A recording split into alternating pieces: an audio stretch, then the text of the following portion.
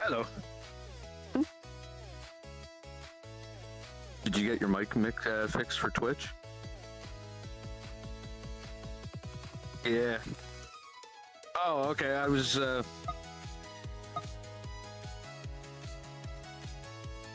Ah, okay.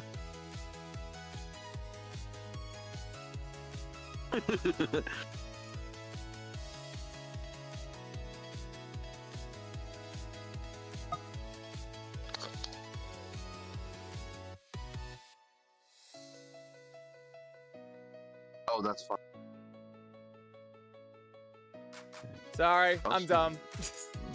It's okay. I wasn't saying anything important anyway. I was talking about Max, where Max was like, if we can't hear you, we don't know what you're saying. Which I think that's something that should be in the Bible, if not the Declaration of Independence. That is one of the truest things that anyone could hear.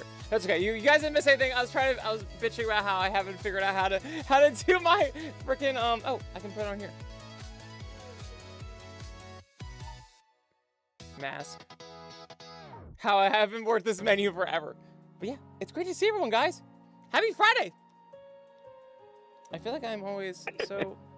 There's Pills. There's Pills out. Fox is here. Yes. We got Fox in here. This is fantastic. There's something wrong with me in my life, but we'll get over it. It's like has to do with my calibration. I'm probably not gonna stick around too long because I'm gonna I have about an since I was moderating, so. Oh, yeah, whatever. No worries. I just want to hang out there. I just want to hang out with everyone and show everyone the peeps. Ah! I've been booped. I've been booped on the head. It's a hair boop. Oh wait, there's me behind me. Oh yeah, by the way, this is my mirror. So you can see my mirror. That's so funny. Gotta turn that off. That's for me. See you guys later. Yeah, bye Fox. This is Fox. This is Fox. Bye Fox. It's Snaps. Hey, bud. He's hot. This is Caddy. From the north. From the north! Yes. Yes. The much north. Much north. Little much north. There's a snowstorm currently. There's a fucking... Yeah, we had snow yesterday. We had summer on Wednesday and winter on Thursday. It was great. Yeah, I was in shorts and a t-shirt a few days ago, and now it's snowing, I think, 8 or 9 inches. It's great. Caddy is always in shorts and a t-shirt, especially when it's negative. Well, it's negative Celsius, whatever that is. Yeah, it's great. Yes, the beats. Oh, sorry. We need a place where. There you go. There we go. Okay. Now for our dance routine, we've all practiced. 1 and 2 and 1 and 2 and work can go fuck itself. Work can go fuck itself. Work can go fuck itself. And now that's the song. Fucking nailed it. Good job, everyone. That was wonderful. Yes, that was wonderful. See, we all did. My My trackers are favorite being was spicy. when. What's up? My trackers are being spicy. It's cool. Oh no, you're fine. Hey. Okay. How does it feel having full body tracking? Oh, I love it. It's fucking great. I spend so much time just staring in a mirror and just kind of. Yeah. I would not know anything Doing about little that. That dances and sounds like a stuff. weird thing that only Caddy does. Totally unique for just Yeah. Caddy. I would never Yeah. imagine having a mirror of myself. Nope.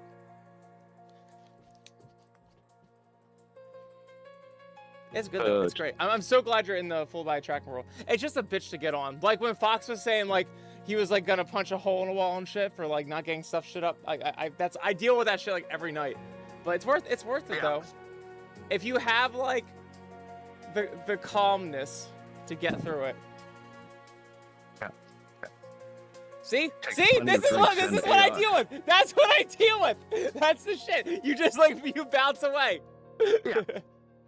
You understand my pain. You just Oh yeah. You just have to go with it. It'll either fix itself or it'll just ruin my night. It's one or the other. No, you just have to go with it. You just have to Yeah. go with it. I find it's one of those things like it's so easy because everyone feels like online it's so seamless, and then everyone gets really like nervous and afraid when it's not. Like it's like if we're just chill about it and we make fun of it, that's all that matters. Because it's so easy to think like it's natural because there's so much work that goes into it, but it's not. It's brutal. No. And we just make it like chill. It's like no biggie. And then you just give feats, or you just go offline, and then you come back the next day and you pretend like nothing happened. These are not things out of my own textbook. They're for anyone. It's anyone to use. Oh wait. Yes! Hi 23 Rebel! I know everyone said, no, you're Mike! I love it. So Daniel says, I still have to post a picture of the Canadian syrup. I haven't, sorry, I've been a hot mess at work. It's been, if you guys don't know, it got so bad today. Well, Fridays are great because management just doesn't want to be there on Fridays. And what people don't realize is that a lot of people wait through the whole week hearing my bullshit about how their stuff's gonna ship and doesn't, because I already know it's not gonna ship. Yeah. And they wait till Friday, and then all of their bosses yell at them on Friday, so I get yelled at on Friday. So I was like, well, I don't have bosses on Friday, so I just turn off all the phones at 3 o'clock. I gave 0 fucks. I was like, I'm not doing this. I'm not doing this fucking shit. Oh my god, we suck so bad right now. I'm so fucking mad. Oh. Dude, it's like how do you piss off so many people? I mean, we'll have a good system when it works, but like right now, it's like, god damn, you're pissing off a lot of people. Just like, oh, your shit's not gonna ship, and like I just spend 11 hours of work just trying to like keep people from punching me through the. See, look, yes. No, you may think this is a glitch. It's not. No, that's my stretch. That's yoga. That's my stretch. I did that all by myself. That's not a glitch in the Matrix or whatever. Yeah. My tracking's a little wonky tonight. Just pure joys. It's just, yeah, exactly. Exactly. There we go. It's Zems! This is great. But I hope everyone's doing good. It's awesome to have people in here. As I get my computer better, I think I might do more of these guys. I was always against this because my shit would always crash, but I think we're good now. If I can go into the floor properly. But this is like one of the first places I hung out with people. I hung out with Nebs and Rory and everyone here. This is like one of the first, like, this is like the typical furry world. So it's awesome. But I haven't been here in a while. Yes, hi Sarn! Dale said, nice, so what I'm hearing is Fridays are the days you need belly rubs for the most of Nebs. Always. Always.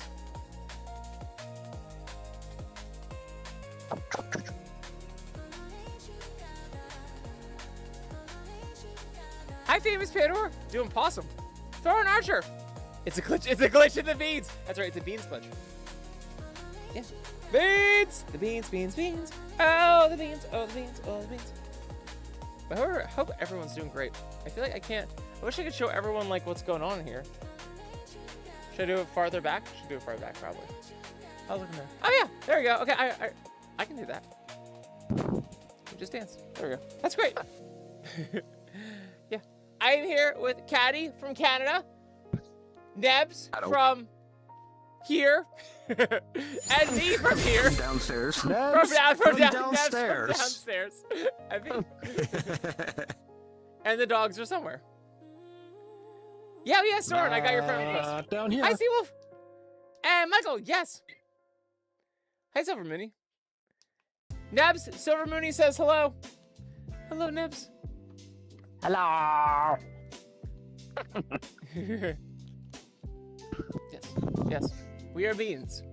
We are beans. Yeah, this place is great. Wouldn't that be awesome to like hang out in a place like this? That would be so cool. So cool! Seriously. It's like that shit on Airbnb they're always talking about. But I can't touch the thermostat or have a single stain on the carpet. I must rent from their domicile and can pay them rent. That is it. I cannot enjoy anything or do anything. I just must give them money. There. I feel like I'm so, like, wonky tonight. Actually, hold on. If that's the case, I should probably reset the calibration. Let's see. Please hold. I Cancel cannot continuous drink calibration. alcohol tonight, so I have to drive. Pro, left controller, okay. I am drinking water. I'm being responsible. Yes! Drinking Not water. having 2 bottles of wine. Very responsible. Yeah. Yes, we have some wonderful refreshments for you to enjoy. Oh, I dropped it. You can't enjoy it now. Right. There we go. There we go. Okay, much better. Of course, I lag out. Okay. This looks good. What is it? Is this a That is- Mai Tai? Might I be. think it's Mai Tai. It's my time for my tie.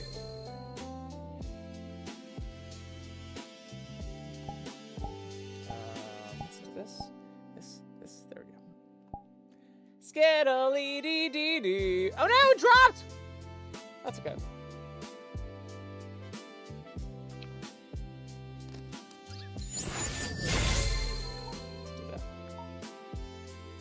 Let's do that. Can you do like pull like that?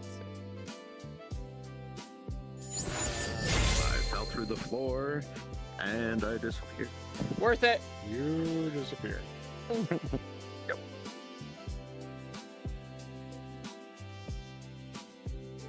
Join beta. Tacos are delicious. Okay, let's do this.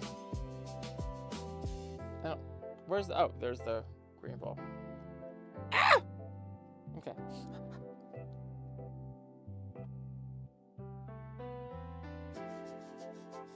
God, I'm so bad at this. Steady.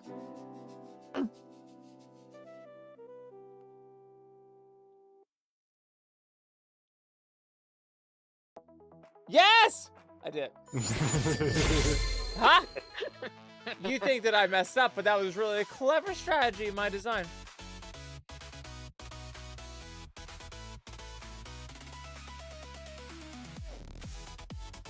Very nice. Ness has done this before. Oh, wait, you go again. I'm sorry.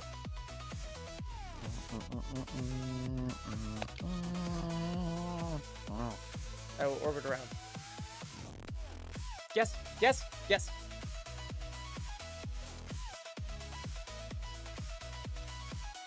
Yes, yes.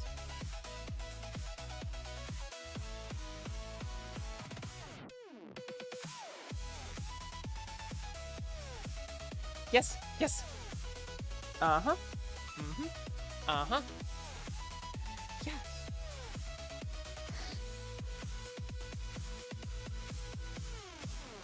Nebs is still going.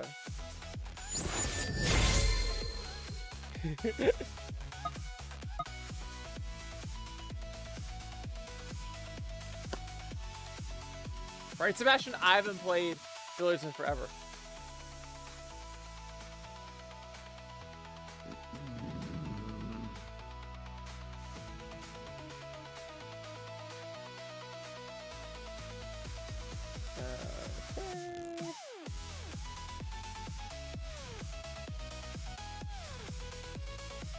Wait, did you win? No. It's not my turn though. Is it? I don't have a green ball. Oh, I guess it is. Okay, I guess I'm bored. Okay.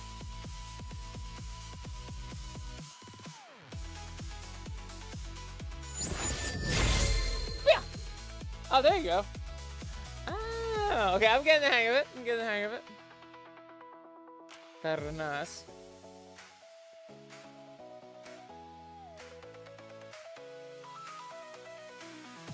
Oh, it is upstairs. Let's see.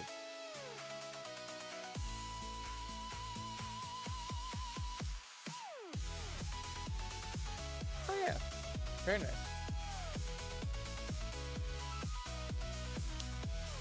Oh.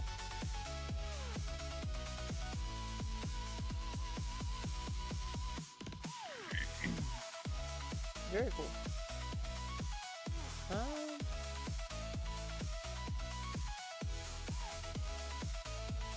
Wait, where'd it go?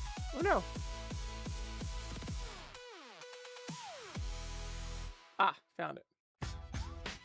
There it is. Whee!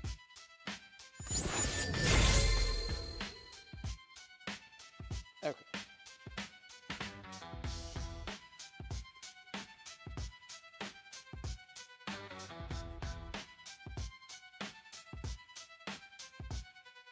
Yeah! Shit.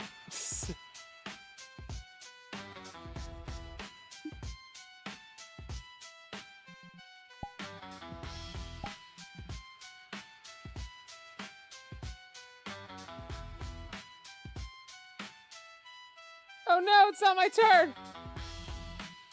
Sure.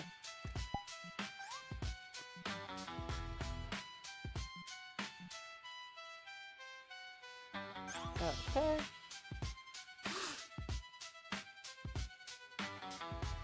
Yeah. Yes.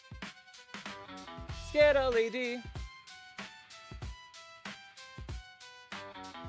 Nice. Turn on lights in your space. Your headset might not be able to track. Beep beep boop. Awesome, Sebastian. And the group begins. Yes. Let me set this here.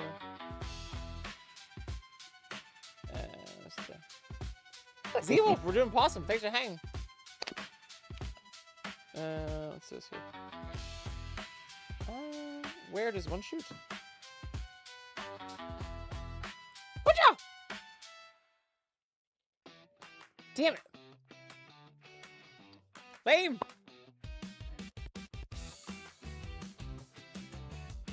Where is the beer? Ah!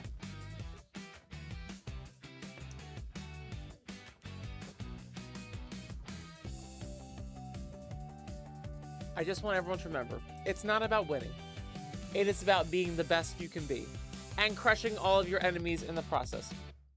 They'll have you believe it's about skill and happiness, but it is not, I assure you.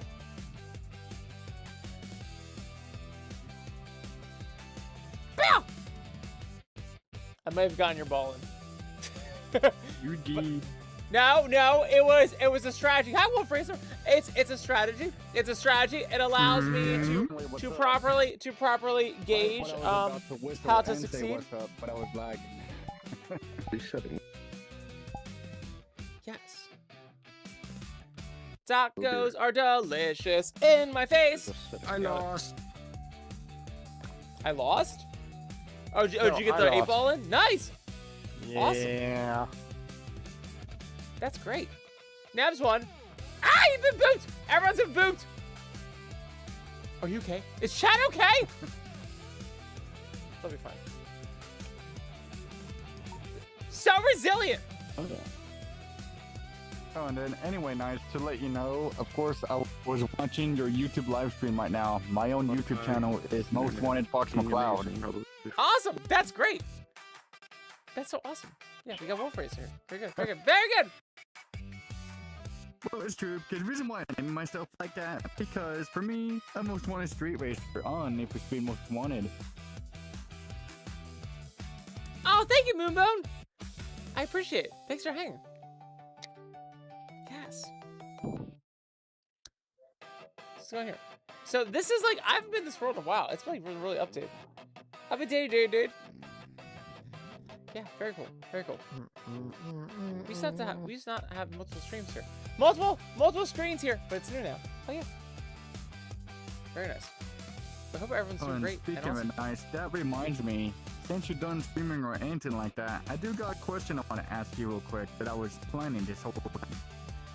Okay. Like, you sure you want me to make a car on my Need for Speed Underground 2, of course, that was referenced from your own thing? Da, ba, ba, ba.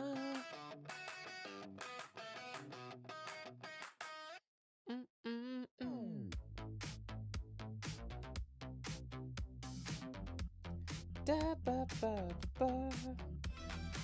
Now, what I need to do is give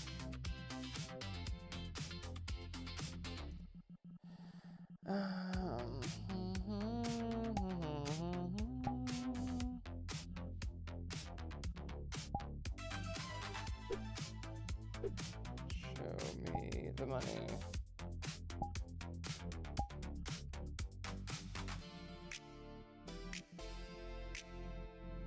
And then where's Caddy?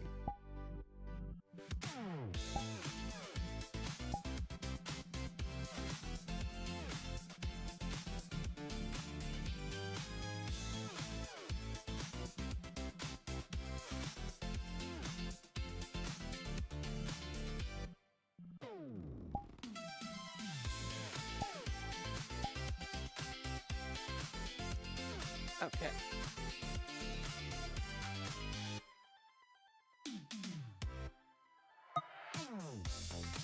Yo, Sab, you're awesome! Just an OJ Tractor Supply. That's so funny. I just ordered a shit ton of dog food from Tractor Supply. That's awesome. I love it. I love it. Thank you for joining me while you were at Tractor Supply. That's wonderful. And thank you to your job for giving me dog food. It's best dog food. Yes, I appreciate it so much.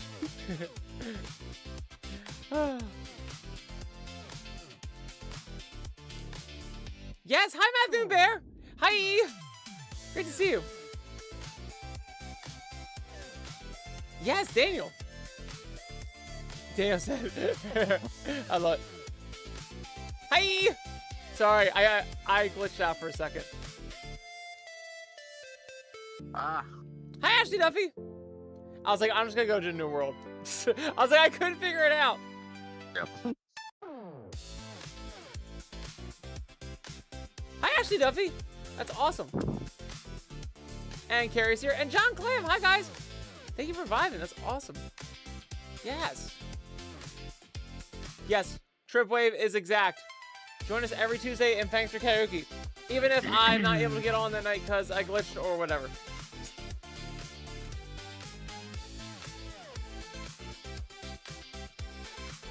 Yes. Hi Zamanos. We're doing good. We're doing good. Hi Lord Sisso. No complaints. No complaints. This week was brutal. I am OD'd. I'm OD'd on life and human interaction. But that's okay. That's okay. These are not real problems. These are like first world problems. I'm happy that we got to the weekend though. And we're just vibing. We're just chilling. I hope the music mix and the mic mix is okay. I've been trying to like turn down the volume because now we actually have. I forget that I have people in here. I need to hear people. Okay. Oh, This I'm is like disappearing. almost my setup, but it's missing a computer. I don't have screens this big though. That'd be wild to have screens this big. That'd be awesome. I don't know what size that would be. That's basically like having TVs in your house. Yes. I have a tiny screen. Yes, yes. My screen is like that. Yeah, exactly. Exactly. I feel like that's the size of my screens.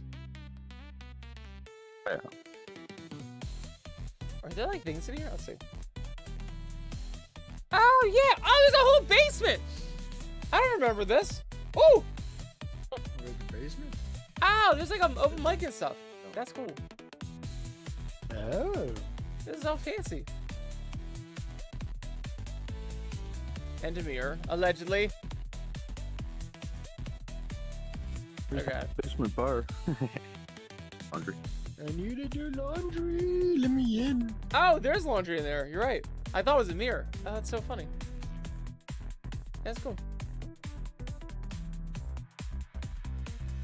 I wonder if people do like open mic here. Why is it so tiny? These are tiny avatars.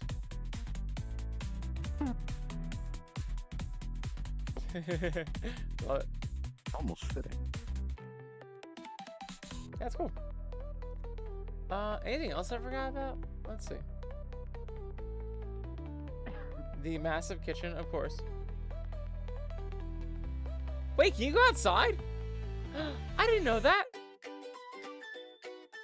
I was outside. Oh, wait, I remember this actually. No, I know better. I've been here. Yeah.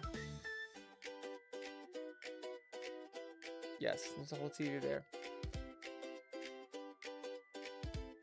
Okay.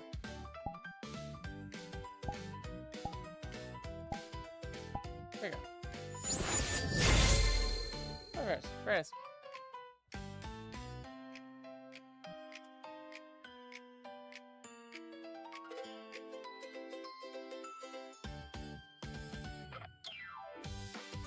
Oh yeah, hot tub. Perfect. Me and Naps are in the hot tub. We're in the hot tub. Ugh. See? Exactly. Exactly. Caddy's running around. I love it.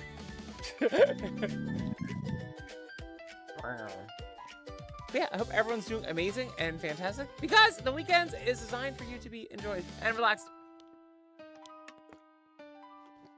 I'm happy for the weekend. I'm gonna be honest. I'm gonna sit down and be a dog. Ugh, in the water. 1 second, almost there. Hold on. You're doing great. There we go. Yeah. Oh, there we go. Like a little. There we go. Oh, yes.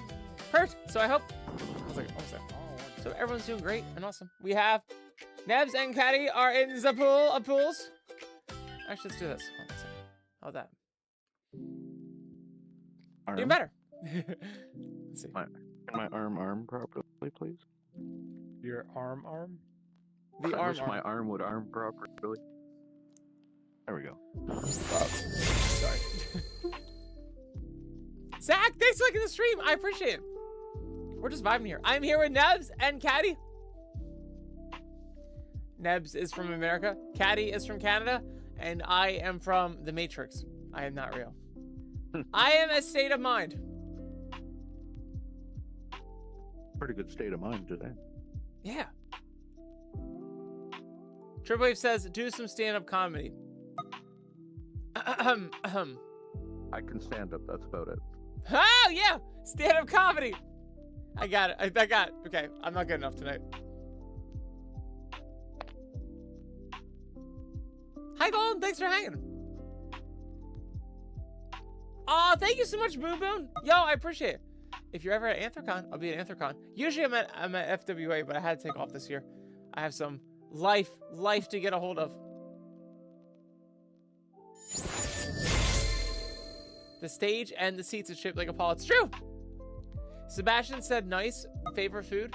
I don't know if I know what my favorite food is. It's gotta be burger. If we're talking about how many times I've had it, it's a burger. A blue cheeseburger with bacon. Yes. Yum. If I were to be on death row, or like it would be my last day on Earth before like a meteor struck, I would have a bacon cheeseburger with blue cheese. Mm-hmm. Yeah. I'm very simple. I'm like a basic bitch. But I made me and Nebs chicken quesadillas tonight. Buffalo chicken quesadillas. That's like one of my favorite fucking things in the world. They're great. Yeah, my favorite food in the world. Daniel said, I was gonna say your favorite food's in the background. It's red. That's true too. That's a whole other thing. Triple has redeemed gay on my head. This is fine. I'm not mad. I'm not mad. But yeah. I am sorry. I'm not. Oh my God, Sebastian! Thank you so much for subscribing. That's awesome. Being gifted a tier 1 sub by Matthew and Bear is so fucking awesome. But I'm hoping you guys are great. Hope everyone's doing good. I am almost done my chaos. I'm pretty sure at work. It's been really bad. It's been pretty bad. I've been very chill about it, but we basically come into work and then for 10 hours I'm expected to pick up a phone call and get yelled at by someone. So if you've ever been through that, it's like not even your typical customer service. It's just like we're just not doing anything for anyone, and we have to just spread the illusion that we're going to ship things. Now, albeit like we're actually are taking care of people, but we're so behind on taking care of people that's like the residual backup of getting people their things will just like infinitely make everyone feel like they're not being taken care of. And it is brutal. It is brutal. It is like being at a hospital wing and there's the longest line in the world and everyone has an emergency, but it's like scientific researchers, and it makes me feel bad and enraged, but I can't do anything about it unless I want to walk out, and I'm not gonna walk out. I'm not gonna give up. So, but I literally have people that like tell me I can't leave this phone, like I can't hang up the phone on them until I fix their problem, and I'm like, fixing your problem is shipping your order, right? Yeah, I'm customer service. I actually have no control over anything. I'm just the basic bitch that's stuck answering this fucking phone call. And by the way, all the power I used to have of going down myself and shipping your order and telling the team to fuck themselves, I actually used to do that. I was such a bitch. I can't do that anymore. It's in a different site. It's a different group of people. We hired it out to a company because we thought that was going to be cheaper. And we'll see. I don't know. I'm hoping it's better for us and that we do things more accurately. But I'm actually trying to be friends with them. I've got 2 people I met over there, so I'm like, yes, let's be friends. So that like I do things for you, you do things. That's always how you gotta treat these things. Because I'm like, I don't care if it's not what I want. If like we lost people and then we had some other company come in, I'm like, it's fine. I don't care. I'm not gonna worry about it. I'm just gonna make sure that I am friends with you so that we both get what we need to get through our days and have a good time. But it's the beginning phases and it's very frustrating for everyone, and I'm over it. Basically today at like 3 o'clock, the phones are supposed to be on till 6. I just turned them off at 3. I was like, I can't have everyone call at the end of the fucking day being like, hey, it's been the end of the day. You promised me my order. I was promised this 3,000 years ago. I'm just like, I can't today. It's Friday. I need to go. I know we suck. I know I'm terrible. Yeah, I have about, I think now by the end of the week, I have 15 requests for upper management I have 15 complaints against me. Basically, like complaints are like they require a manager or a leadership member to reach back out to them about the egregious way I've handled their call. Yeah, so that's fun. None of them will do anything. It's the equivalent of complaining about a cop. Yeah, also because they would have to do the work, my managers, I mean, and no one in management ever wants to do work. That's not the design of being management. Your design of being a manager is to manage. It's not to do work. So no, I'm safe. It's so messed up though. It's like I laugh at it because it's insane, not because I enjoy it. I laugh at it to soothe my soul from crushing in upon itself into a molecular singularity of depression, and I have to. It's gonna be gallows humor for a little bit, but my golden rule life is not do unto others as they do unto you, which is also very important. That's the silver rule. The golden rule is never give up. Silver rule is treat others as you want to be treated.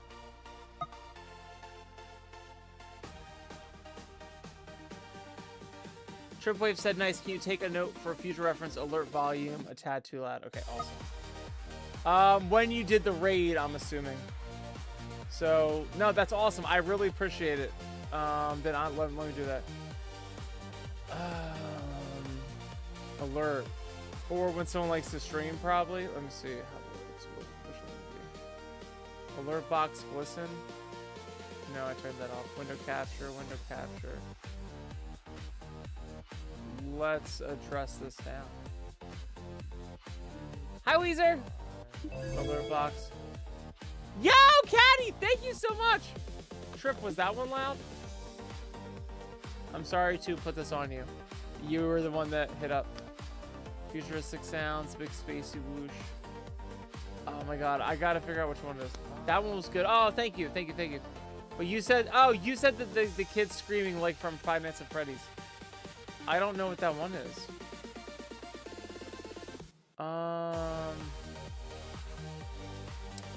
How do I get that, Kyle?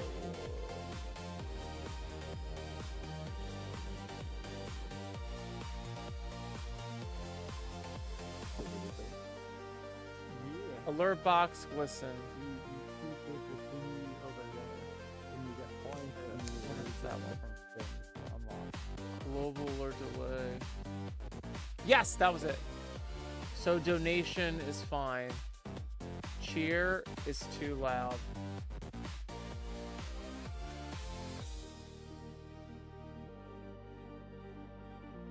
Raid. Let's turn down raid. Maybe follow. Alright, I turned them all down a little bit. Yeah. It sounds like tip alert was good because you told me that that was good. So tip alert's good. It sounds like the cheer alert or the cheer and crowd voices. That's the raid. But it wasn't a raid, was it? But okay, but I understand what you're saying. It's I'm pretty sure I feel like I took it at Five Nights at Freddy's. I merged two sounds together. It was like a sparkle and the Five Nights at Freddy's kids thing. We will find. We will see if I didn't do it right. Is follow down? Oh, it could be the follower. The follower's a little high. Let's turn that one down. Thank you for your help, Tripwave. Yeah, so I use the same sound. So like when I go onto my thing, I can select like cheer, raid. I'm sorry, I can select raid, follow, a couple other things. Hi, Tat! Like that. Like that. Is that loud? I use the same sound for a couple of them, but I can change the volume on each of them. So.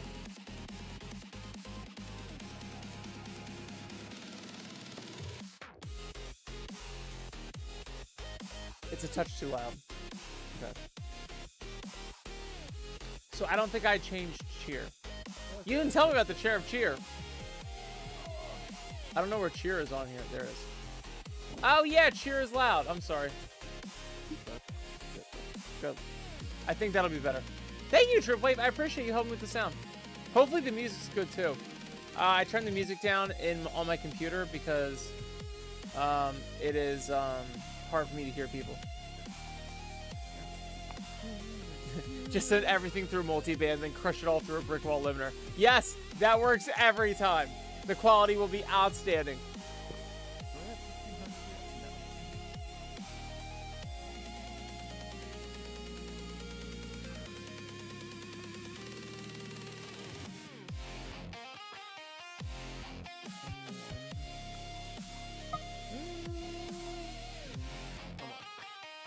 Yeah. Oh, Dane's here. Hi, Dane. Which one do you have? Wolfcat says, phones and complaints, not enough beans. I get beans. Beans! Ah! The beans! The beans, beans, beans. Just little beans, yes. Just little beans! Ah! I've been sitting way too much at work. And I drive in a car for like 3 hours a day. But tomorrow, I am so excited to start back up running. I'm going to start back up running. It's been like 2 weeks. And I'm getting fat. It's okay. Nothing I can't bounce back from. But it's okay. Life's different. We'll fix. We can fix all the things. Yeah. Caddy and Nebs are back there doing things. And we're here. Yes! Yes! Oh, hello. Oh, thank you, Sebastian. I do have great beans because Duff is the artist of my avatar. And he did an amazing job. Oh, hi, Tet. Tet, I hope you're doing amazing. Oh, thank you, Katie. Katie Olsen said, I am subscribing. Beyonce, thank you, Beyonce. Katie Olson said, I remember when I first met my hubby, we went on a road trip to Louisiana and he loves your music. That's so awesome. I have not been to Louisiana yet. I am so excited to go to, what the fuck's it called? New Orleans. I want to go there so bad. Hi, Percy. Oh my god. He's got babies. Yes. Oh, he got babies. He just got babies, yes. He's just a big chicken. He's just a big chicken, yes. His name is Percy, and he's just a big chicken. He's just a big chicken. Yes, he is. Yes, he is. I'm gonna eat his face. I'm gonna eat your face. And dog is gone. I would put him on camera, but he just like left. This is Val. From behind my monitor, and have them no longer.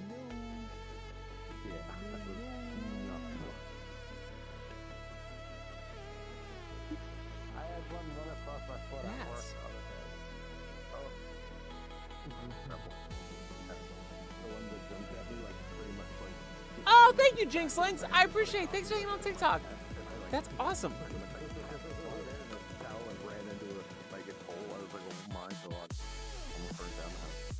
Yeah. We're vibing. We're doing the things. Yeah. This is it. This is the weekend. This is what the weekend feels like, and it is amazing. It is everything you ever wanted it to be, and I'm so glad you guys are here with us. That's all I got. that's all I got.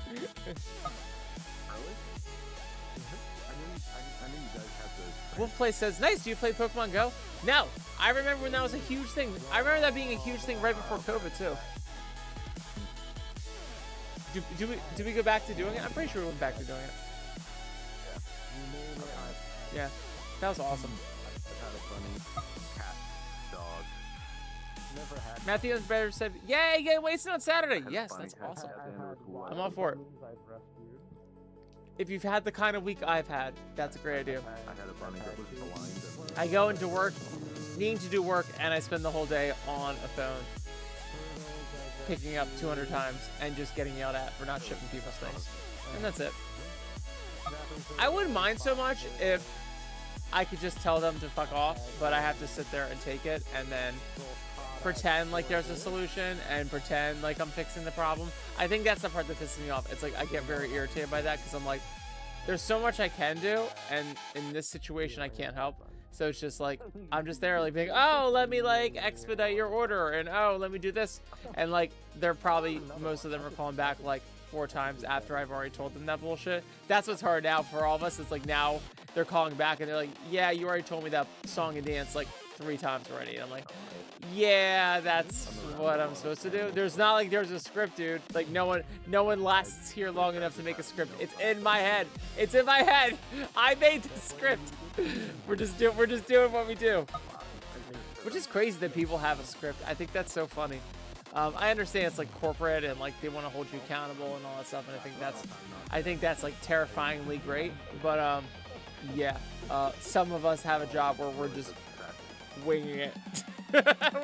we're just winging it. I'm like, I talk every night, so I have no problem coming up with answers, but I just get annoyed when I just bullshit.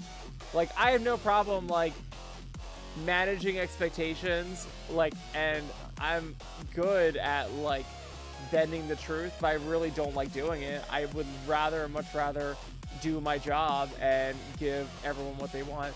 And it bothers me that I have to use the dark arts, I'm gonna call them. I find that very annoying. It's much easier just to give people what they want and fulfill things than have to do that. It's just very, very irritating. So that's what it is. But we all do this in jobs, and it just I can't stand it. I can't stand it. Like I wish I had more power. I wish I could help people more. Oh, cool. Jinx said I'm going to be moving into an apartment for the first time this coming week. That's awesome. That's amazing. Wait, is your apartment with people or by yourself? That's so much fun. So much fun. If you're like me, I always can't sleep the first couple days whenever I move to a new place because my body's like, it's so weird. I've never felt comfortable. I never feel comfortable wherever I move. I always have like not a good time because my body's like so used to a place.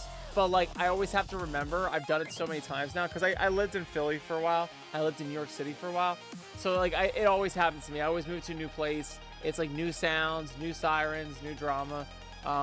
It just feels different. It always feels like I'm not safe. For me, this is a me thing. But like after like 2 weeks, I'm good, and then I can like, then I'm perfect. So I always have to remember, like I always freak out in the beginning, but then I'm always good.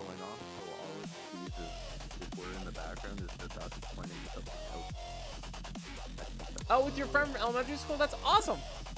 Good. I'm so glad. Yes, put my music in the background. That's awesome. I appreciate it. Thank you. Yeah, enjoy. Dude, having your apartment, you're going to love it. That's so exciting.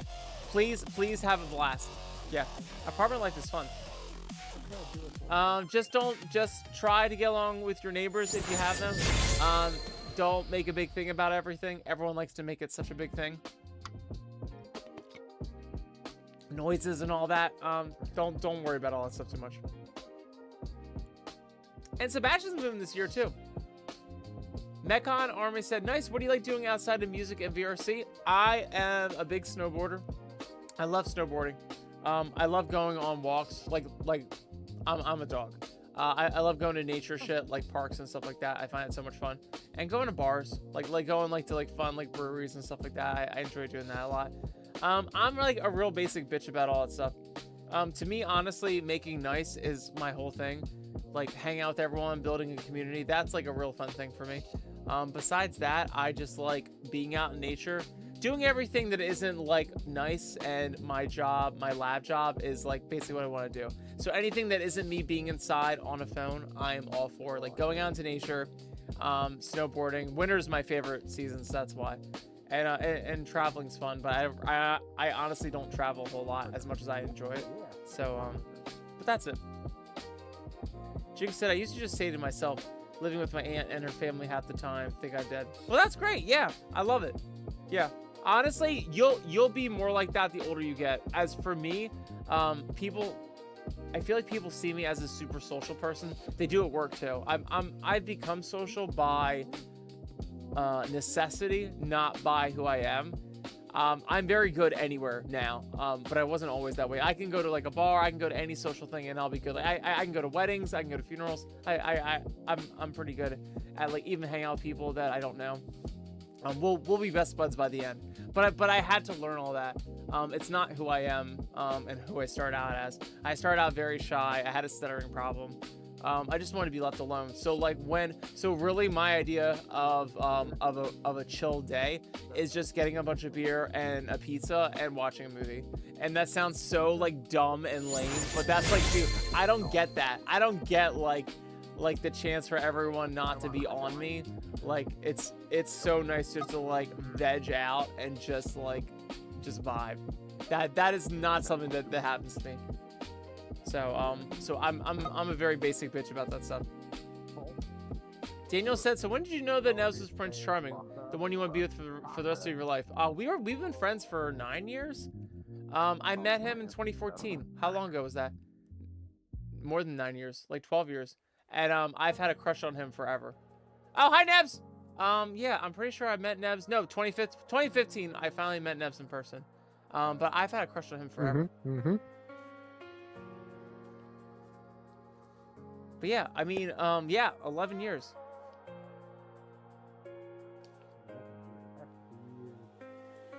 Mike Humet says, oh man, pizza, beer, movie sounds amazing. Yeah, absolutely. For example, the next time Neb says that he has to go do something or work on plants or something like that, my dream is to get a 12-pack of beer, and I'm going to make taco dip for myself, and I'm going to watch the second part of Wicked. I haven't watched the second part of Wicked yet. That's gonna be, and for me, that's like, for me to be chill by myself, it's to veg, get drunk, and watch one of my favorite fucking movies. So I'm excited. That's how basic I am. I don't need all the big stuff. Most of what I need in life is a break. That's it. But that's my fault. I like to see what limits I can push, and I try to do my best, and I always take on more than I can chew. That's just who I am. when I die, I'll be like so relieved. Like I mean that in a good way. Like it's been such a wild ride, and I like to put in all my energy. And some days are better than others, but I've never felt a day where I felt bad for being lazy, or I felt like I wasn't doing enough.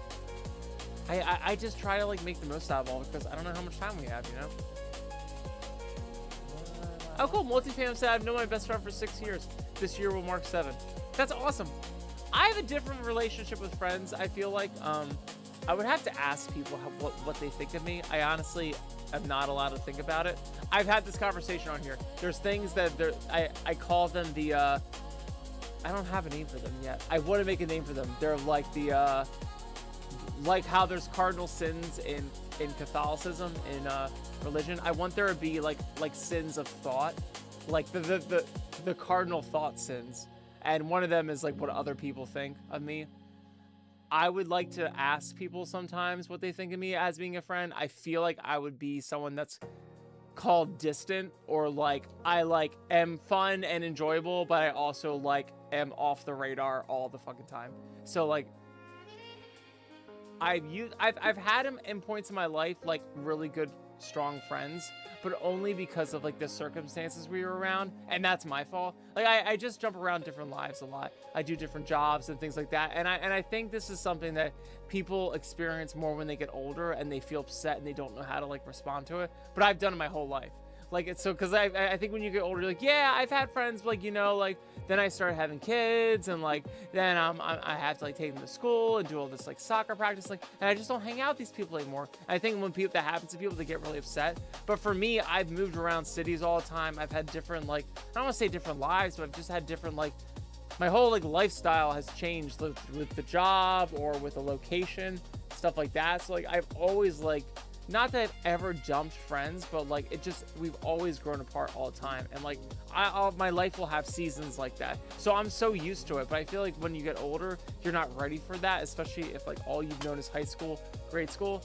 That's tough, because you're always used to like a very close group of people, and I've never been like that. Not since Catholic school. Catholic school, I was there for 9 years. Kindergarten through 8th grade, and you had like the same friends forever, and then after that, like, we were derailed into public school, and then college, and then every job. So it's like I've gotten really good at meeting people, but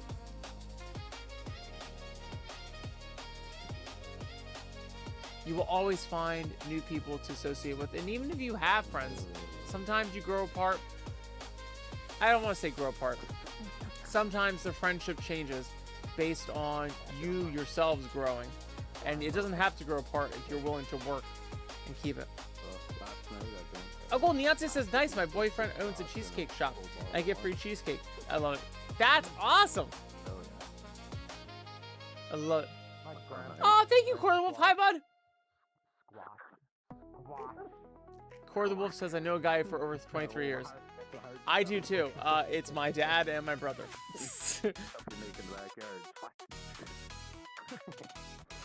Weezer said, I've known my best friend for, I'd say, 14 years. It'll be 15 years in August.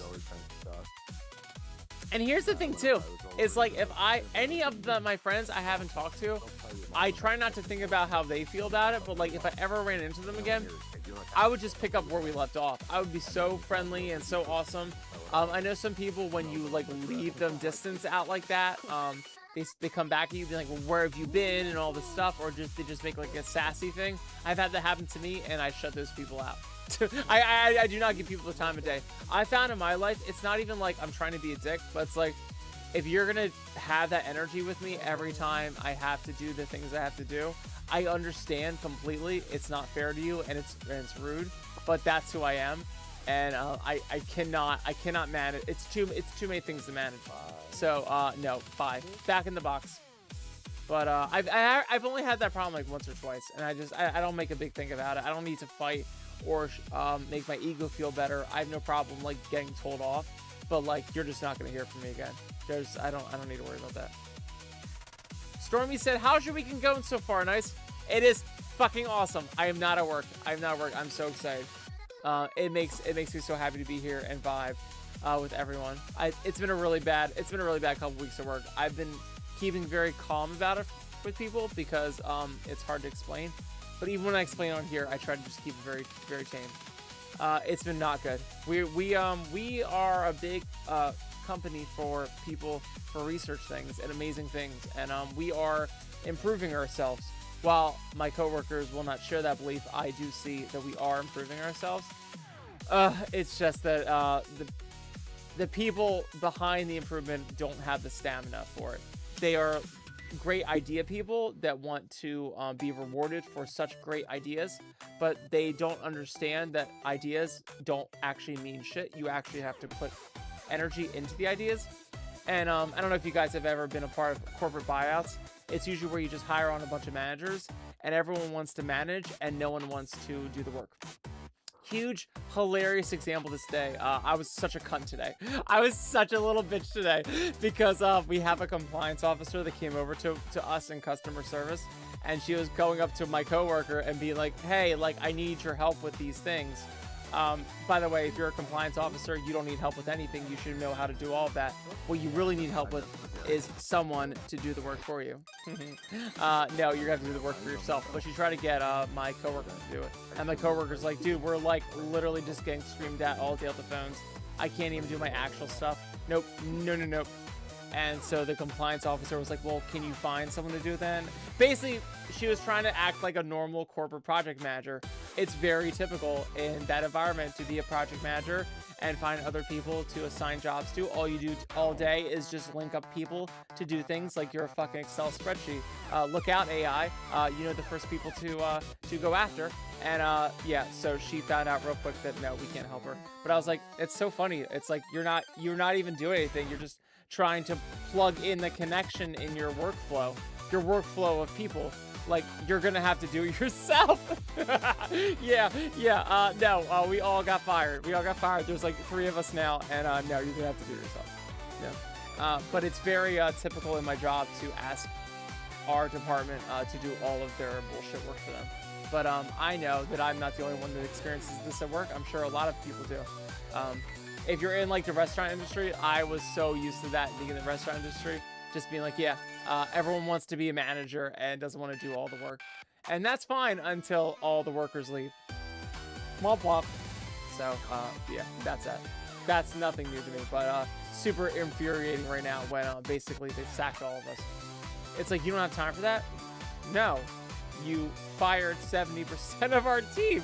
Like, and it's so funny how humans work. Yes, humans. I'm talking like I'm not a human. Yeah, it's so funny how humans work. You'll be amazed. And I try to tell this to my coworkers because my coworkers are now freaking out, getting really frustrated, and then they apologize for it. And I got really bitchy the other day about it because I'm like, you can't apologize for freaking out. When you apologize for freaking out, and I know it's not good etiquette, I understand it's not as professional, but when you freak out, you run the risk of normalizing it for all of your superiors. When you act like, I'm sorry that I can't handle it, you're victim blaming. You're saying it's me that's the problem. And I don't mean this in a woke way. I mean this in a asserting control way, because everyone on top is asserting control by firing all of your assistants, all of your teammates, and only keeping the small chunk of us. And then over time, you don't think they're going to be this kind still? They're not going to be this kind still. Right now, they're saying, I'm so sorry. We had this layoff. We really appreciate you all. Yeah, they're nice now. And guess what happens when people have time on their side? Over time, people start forgetting how hard things are, and they just think things are normalized. And you cannot let them do that. They just think, oh, well, why can't you do this now? Case in point, my compliance officer. They're just like, they just get used to things because, oh, well, the dust has settled. The dust has not settled. There's no people to do this job and we're not gonna hire anymore, and that's fine. But you don't get the same world you had before and less people. That's super cute. Nope. So I had a huge bitch out fest last week, was it? Because my one coworker was like, I'm so sorry. I'm in a real mood. And I was like, you cannot say that. And you cannot say that because when you do that, you normalize this. You let everyone know it's okay that they're treating you like this, and it's not okay. And you can either go to HR about it, which don't do that. There's no fucking point. Doesn't matter. Your choice is to keep it or leave. But it is absolutely not to make it seem okay. No. because once you do that, they just, if anyone knows this, they'll just stack more work on you. And it's unfortunate. I remember the first time I watched Big with Tom Hanks, I learned this like real hard. When Tom Hanks is like the kid and he becomes like the adult, and then he goes in the job, he's really good. And the one guy's like, you need to work slower. You're going to put us all out of the job. Like, and I was like, why is that? I'm like, oh my God. It's like, it's so true. It's so messed up. But yeah. Now there's over bureaucracy and stuff like that, but trust me, we are a bunch of workaholics. And we do not need to feel like that we are not doing enough. No, it's the managers that need to be held accountable and do what they're gonna do. Silver Mooney said, I need to talk to your manager. So Silver Mooney, yeah, I get that. So I have 15 complaints against me, which means I have 15 times that someone has addressed, is tired of talking to me and needs to talk to my supervisor. And we don't have that. The words they're saying makes it sound like we're this big like telemarketing system where I have supervisors and managers. I don't. People just think, oh, I need to talk to someone higher than you. I'm like, okay, the people higher than me don't come to work. They work remote and they're here to collect a paycheck. Sorry, I'm coughing over how choking the truth is. Yeah, they have no interest in talking to you. That's why I'm talking to you on the phone, because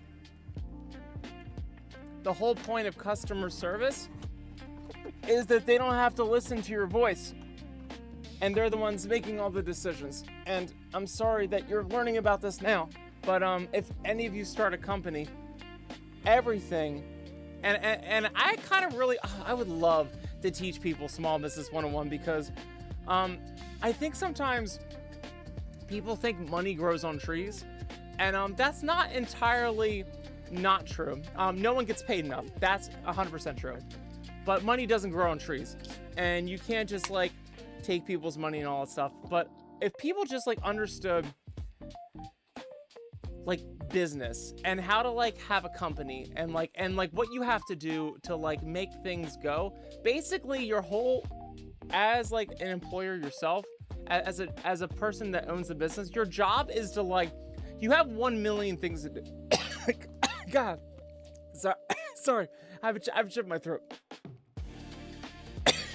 God, your job is, you have, Jesus, you have 1 million things to do, and you're trying to find other people to do that for you, and that's all it is. And so like when people like call me up on customer service, I'm like, dude, my job here is for you not to talk to my bosses. That is my job.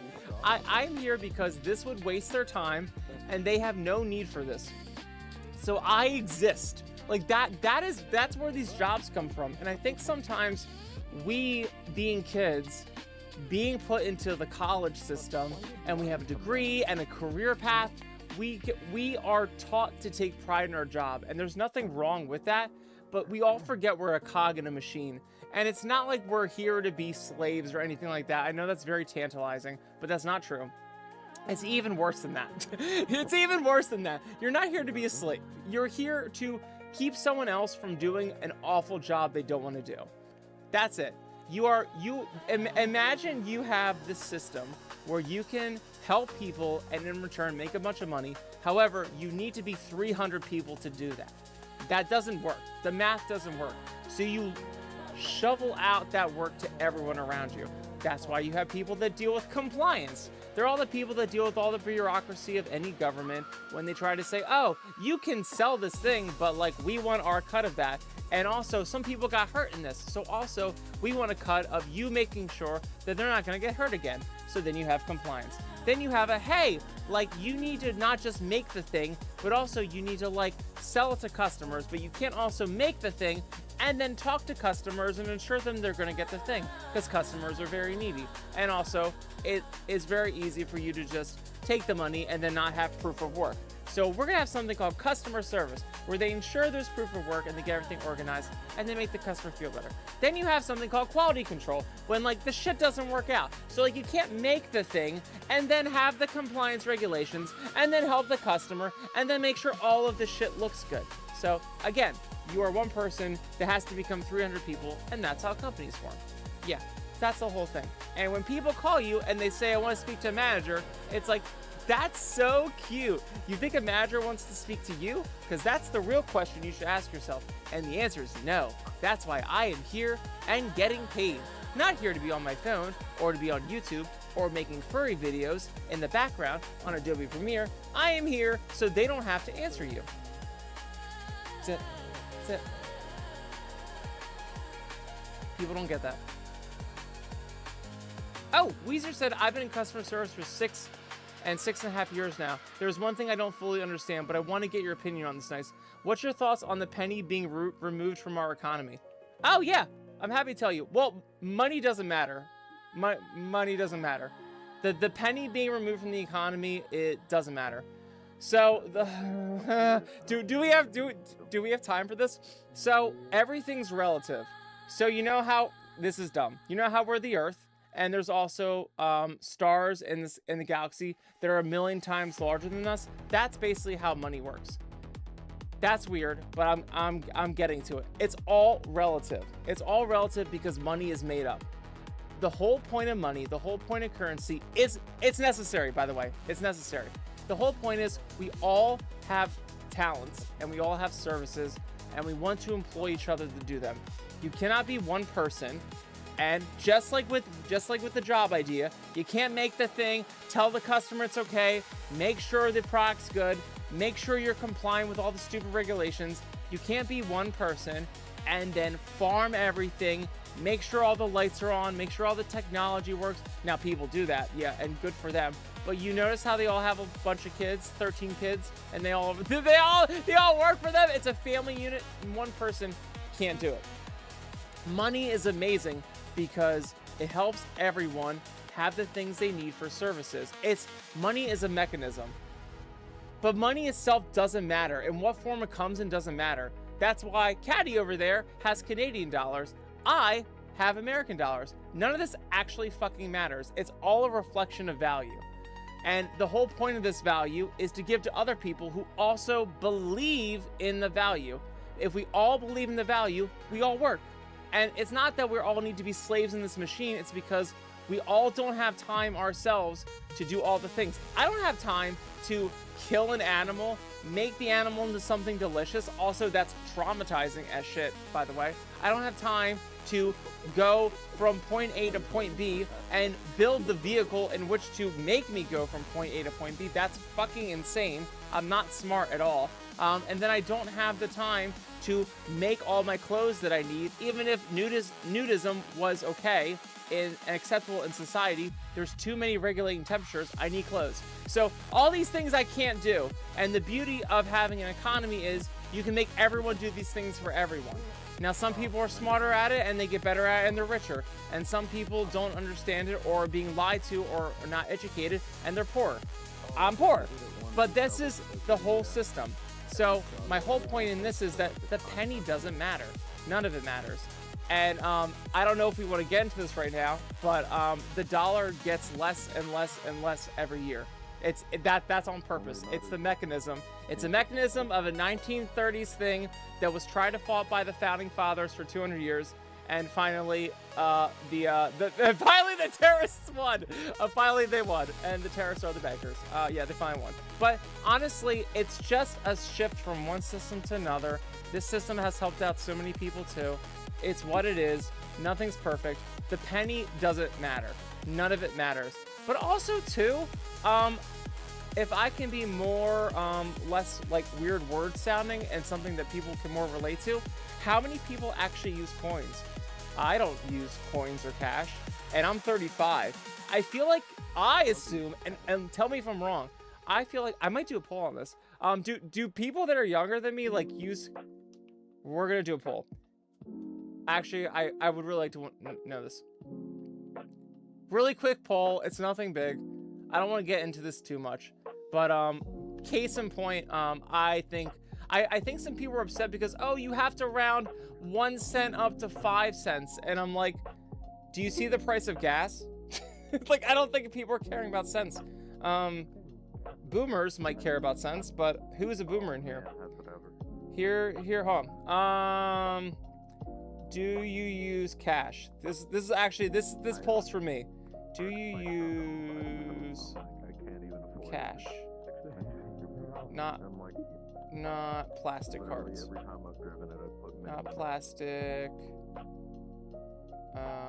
Wallet app. I'm very curious because I have a basic assumption, like I put $50 in it, but I could be wrong. Give me 1 second. That's fair. This poll is for me. I would love to see you guys because for me, to tell you, I would like you to answer honestly. And if it's not perfect, if it's a little bit of both, please answer what is the majority of what you do. I am under the assumption, and I could be wrong, that most people, at least younger than me, but do digital things. You use plastic, you use a credit card, you use things that are not cash. But you know what? I do know people, like, depending on the job you're in too, like sometimes people just do, like, based on their culture, they just like use cash or something. Do you use cash? Let's see. I want to see. I just got Prime. Yeah, me too. I'm so curious. Not, what'd I say? Not wallet or not plastic or not plastic.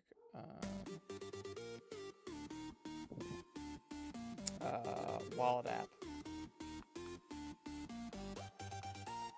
I would love to see what people say. It's in my impression. It's my impression that people don't use cash. So tell me if I'm wrong. I would love to know. Hi Rocco. Yes, hi Spicy. Gubrick says I use cash for certain things and plastic for others. Yeah. See, so for me, I use credit cards for everything.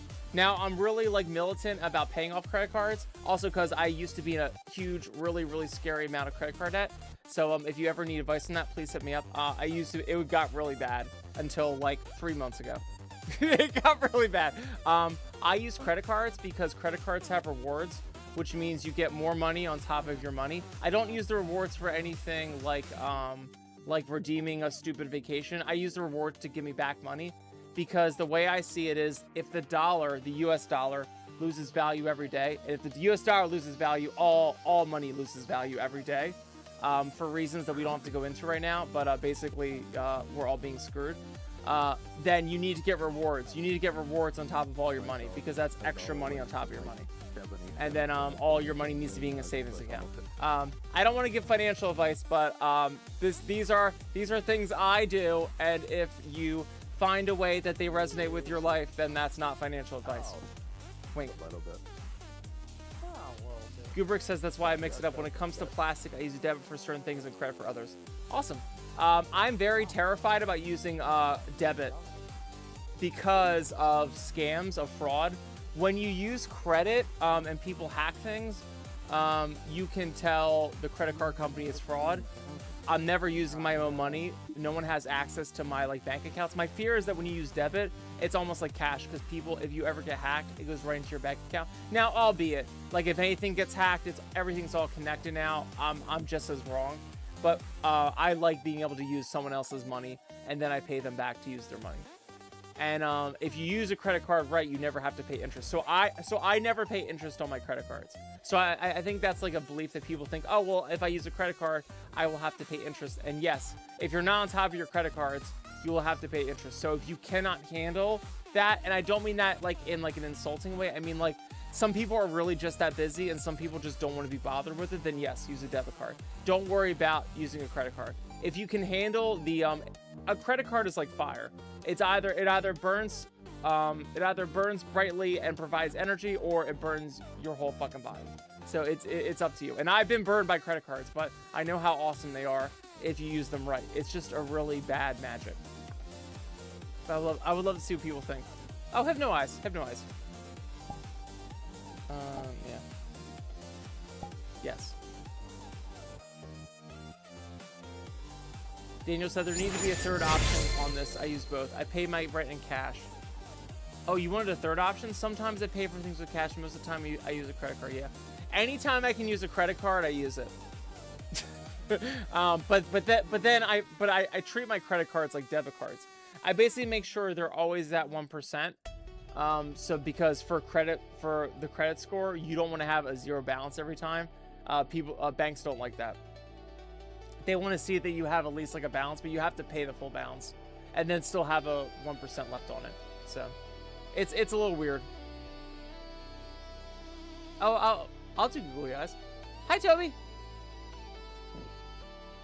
Daniel said there need to be a third option on this. I use both. I pay my rent in cash. Sometimes I pay for things with cash, but most of the time I use a credit card. Yeah. Yeah. If I have to do a debit cash, I do it, but I have to pay my rent in cash. I get very upset about that. That bothers me. I want to get rewarded on every piece of and my insurance. I have Progressive, and I have to use it coming from my account, and that bothers me. You're not even gonna give me 1% on that? I'm so dumb like that. But the way I see it is, and I don't think a lot of people understand inflation, because it's just too complicated to understand. It's very stupid, and everyone just wants to live their fucking life and not be a banker. This is what bothers me about America right now, is that everyone's forced to gamble, to try to find like easy ways to make money, to do all this weird like gambling shit with Polymarket. A lot of people are like or a FanDuel. FanDuel is an even better example. Like, you see all that shit right now. Like, there's a reason why that's all happening. People feel really, really nervous right now. If you don't, that's amazing. Keep it that way. But I have found that it's just it's all a sign of people messing with the dollar. Matthew Bear, have an awesome night. Do we get a poll for this? Oh, Demon Haunted said nice. When you talk, I think that he just talks and doesn't sing. And then I listen to Pause the Walls and I get shocked by it. Oh, that's awesome. You're like, oh yeah, I sing too. Yeah, I do that too. Yeah. Can I view the results? Let me see if you'll do. I would love to see it. Oh, awesome. People use cash. Cool. All right, so I'm wrong. That makes me happy. Okay, cool. In my head, I feel like everyone should use plastic, but you know what? Great, use cash. Go for it. Awesome. You know, I've had all my financial problems, so nope. Do not take my advice, please. Interesting. I find that funny. I can't stand cash. I can't stand the idea of having to like, oh, I run out of money. I have to go somewhere and do it. That I also have no time, so I want to know that I always have a way to pay for things because I have a very finite amount of time. So I think that's why I like credit cards too. My problem is I used to get burned by that, and I understand why people don't want to get burned by that. And hey, again, if you feel nervous about using a credit card, like you're gonna get into trouble with that, don't do it. It is so hard to fight the pain of messing up on a credit card. It's possible. Don't ever think it's not possible. And if you need help with that, please reach out to me. I will give you some pointers. It's not financial advice, but I will give you some pointers of what I did. Because my situation was very scary. But, and I thought there's no way I was going to get out of it. I was just going to be broke and in debt forever. And then I realized I didn't understand the financial system, and then I learned it for a year, and it was awful. I hated it. But then I was like, oh, I can do this and this now and this now, and then I'm done. But it's a shame because a lot of us are financially illiterate. I am also financially illiterate. We're just not taught that in school. And the people that are and can take advantage of it, take advantage of everyone else. It's just, you can't help yourself but do that. But when people talk about like, oh, like, are we upset the penny's gone? No, if anyone's upset that their penny's being rounded up by 5 cents, you don't understand the world, because the 5 cents doesn't fucking matter. Everything's gonna be exploded by value. Everything's gonna become so fucking expensive. Like, if you were around for COVID when everything got really expensive, it's gonna get worse. And don't think about all this stuff with like how America's doing weird things in the Middle East and stuff like that. That's having a problem on prices. That will affect stuff, but like even beyond that, it's still gonna go up. Everyone is intentionally trying to devalue the dollar. I know that's a weird sentence, but we're trying to. If anyone knows what we're doing, we made this whole system where we basically borrow off of a ghost god spaghetti monster in the sky money. That's basically it in the United States. The whole point of how money works is money isn't real. You can actually get US dollars that are backed by gold, by the way. They're not the things in your wallet. Your wallet says Federal Reserve. That's the flying spaghetti monster. We used to have actual dollars that said backed by gold. We were taken off of that by one of our presidents, Nixon, and you all know him for that giant fucking nose back in the 70s. And it's not his fault that this was gonna happen anyway. It's been happening for like about 100 years. We basically made this whole like fictitious system, but the whole point of that is it doesn't matter if it's real or not. Everyone believes in it in the world, and you'll know if anyone knows the stock market, you know this is true about the stock market. It's all not real. It's all just about people's emotions and speculation. And whenever anyone says, "Oh, it's about portfolios and companies doing good or bad, and you have to be smart and know which companies are going to be doing good," nope, lies. It's gambling. It's a casino. It's people just doing it on emotion. And just like the dollar is on emotion, just like the rupee is on emotion, the yuan is on emotion. It's all whatever we believe it is. Because trust me, I'm telling you, the older you get, you're gonna start seeing a lot of things are just because people believe in them. And that's so cool. You thought Disney was like just being really gay and like for children? No, they know it. They know it. Everything in this world is about belief.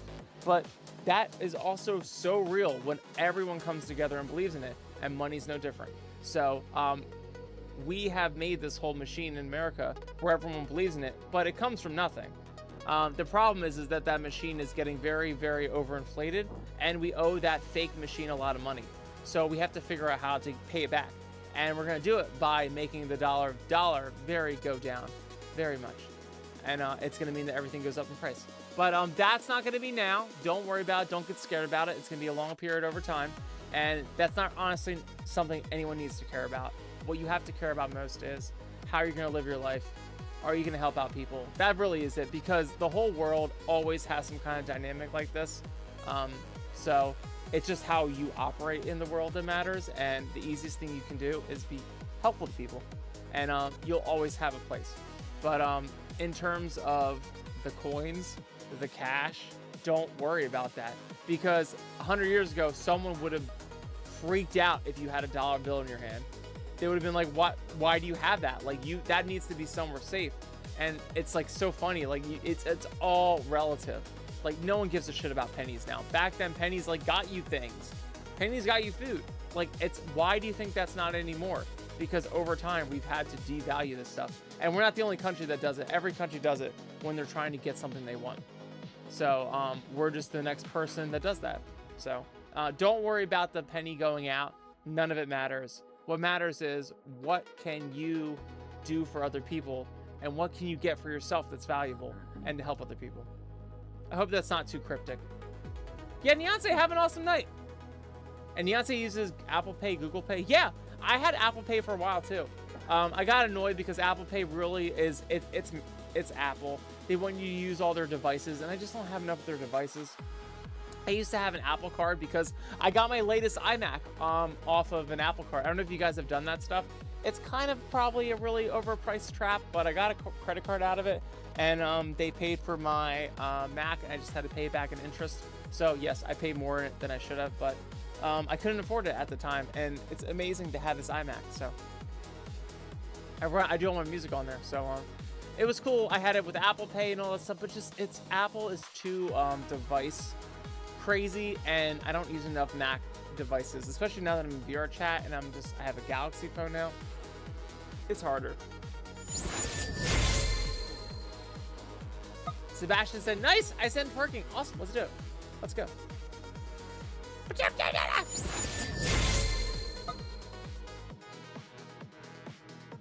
Ostyle said, "You mean prices are going to go up when they're already way too high?" Yep. But it's all relative. It's all relative. So as the prices go up, we will all fight and we'll have higher wages. It's the whole mechanism of the thing. It will have a change in the course of culture. Like, what I mean by that is everyone's going to fight back about it. There's going to be reform and stuff like that. But ultimately, the job is that we have to deflate the dollar because we can't afford our debt.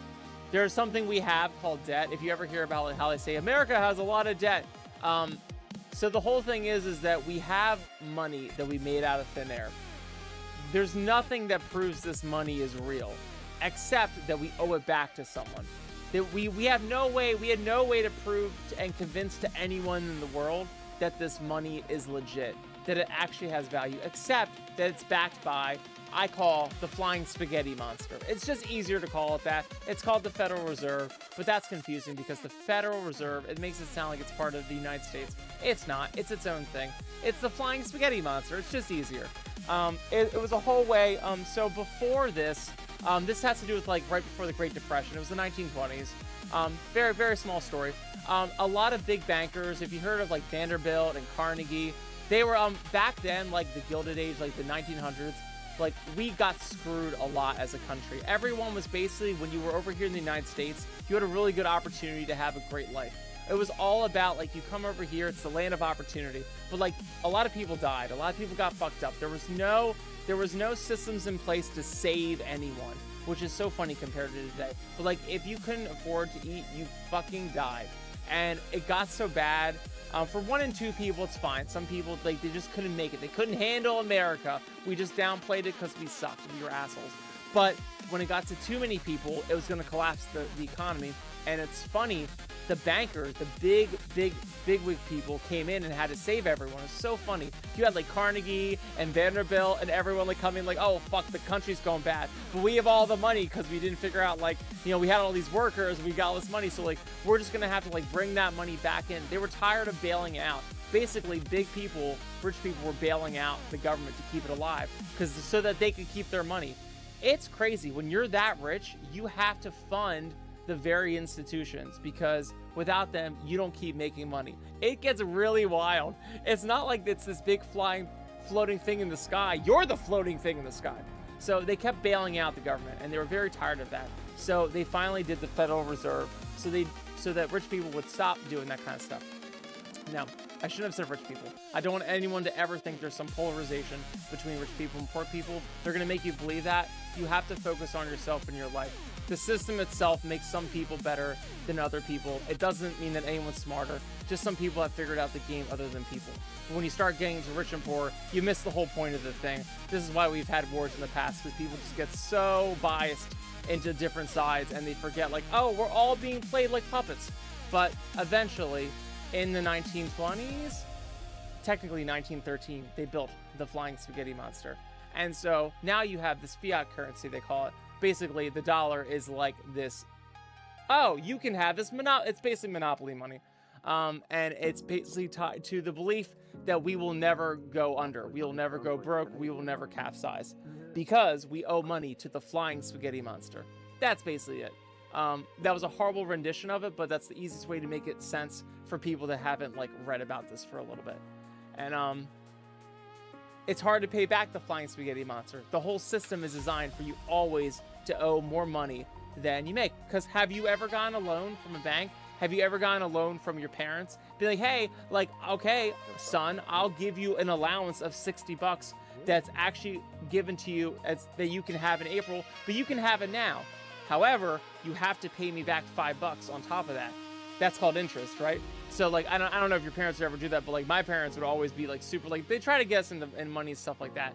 But like you keep doing that enough times, eventually you realize if I have to keep taking money that I never had to pay back the money on top of extra money because of like a penalty or an interest, I'll never actually ever have the money because I can only have the money you ever gave me. I can't give you back more money than I gave. Now, actually, there's a cool part about that function. It just implies that people are supposed to be given the resources to make amazing things, and from those amazing things, they can bring back more value. That's the whole point of it. It's actually not a really bad system. It's pretty cool. But the whole problem with all that is it implies that every year we have to always keep doing better. I don't know if you've ever lived on this planet, but you've always had shitty years. You've always had, have you ever not called out sick one day, 1 week of work? Like, have you ever told your boss, I will work, and all of the weeks I work this year, I will be perfect? And not only will I be perfect, I will be on time, and I'll get better across the whole year. Absolutely the fuck not. You get fucking sick. There is floods, there's snowing, you can't get into work, your car dies down, you have to take this whole thing, you have this really bad stomach virus, you're out for a week. So the whole premise of the flying spaghetti monster is, of course we can pay you back. We'll always do better every year. Why couldn't we pay back the interest? Well, the economy gets sick, people get sick, a storm happens, a tornado, 1,053 hurricanes named Tyler and James fucking come on the scene. Like, you got to have all this stuff happen, and we have to continuously, we're just becoming a better country by helping out everyone, and that's amazing, but like, that's more money we have to tack on for stuff like that. So the whole system's great if it implies that every year we are amazing. No one is that amazing. There's always something to give. You're not perfect. No one's perfect. So we become into problems exactly because of that expectation that you can't meet. So I'm sorry I'm getting on into all that, but the point is that America has to find a way to deal with that. And it's like, well, wouldn't it be cool if like we owe back all this money, but that money actually didn't mean anything? And so they'll try to do that. It's very unfortunate. But the point is, people play games like this all the time. I've been learning about finance for a little bit, and I'm not perfect, but I also try to learn the anthropology of it, meaning I try to learn like how people interact, because at the end of the day, money doesn't really matter, because people who have money are also upset and miserable and stressed out and kill themselves. So it's like, they're no different than us. So it's like, what the real thing is, like, money just helps you get things done that you couldn't normally do yourself. That's really all it is. And to have a lot of it is great, but it doesn't make you happier. You can use it to make you happier, or you can use it to get fucking OD'd and die. So it's like, it's really nothing other than whatever you make it to be, which is kind of nice about life. And at that point, if you understand that that's all it really is whatever you want to make it, then really all life is about is yourself and what you want to do with it. So make sure that whatever you do, you just try to get better. You try to help out people. You try to make yourself valuable. And you don't have to be like a super LinkedIn master, like, oh, I have a career path and shit, because that could all just go away in a minute, especially with AI. Oh my God, all of our jobs are going to be out soon. So it's like, none of that matters. This is all about humans. It's all about us working together and seeing how we can help each other. And if you can focus on that, that's all you have to worry about. Hi, Mr. Exister. Sleepaholic works in banking. That's awesome, and that's a fair assessment. Awesome, good for you. I would love to dissect your brain. That's so cool. I have not learned that much about money so far. I'm trying to. I have a music background, so I went to art school. I have found that I've gotten burned so much by misunderstanding how economics works, so I'm trying to learn it out in my 30s, because all I wanted in my life was just to have a nice life where I didn't have to worry about that stuff. And I was like, wow, you know, like, my life might be a little harder. My theory was, if I work harder, I don't have to learn about all that stuff. Sure, I have to put in more work than someone else who's smarter, but at least then I don't have to be stressed out by all that stuff. And unfortunately, the way the economy is, we're all going to get dragged into this fucking quicksand. We all have to start learning money, which is really dumb. And that really bothers me because it defeats the whole purpose. I think the whole point of having the Federal Reserve and having modern monetary theory is fine. I don't think it's that bad. There's no perfect system. It's all about moving humans to get you to do what they want. And I think if we all move in a direction where we all just want to better ourselves every year, then it helps the system. But the problem is, like I said, like, no one has a perfect 365 days, and the system implies that America is just going to get better for 365 days. Like, you can't. Even our president's trying to do that. She's trying to do all these crazy things in the world to try to make, and we all think it's about, like, all these things. It's about money. It's about trying to make us the most viable source we can be. And you can't, it's so hard to do. It's so complex, and humans are so complex, but power to anyone who tries to do it.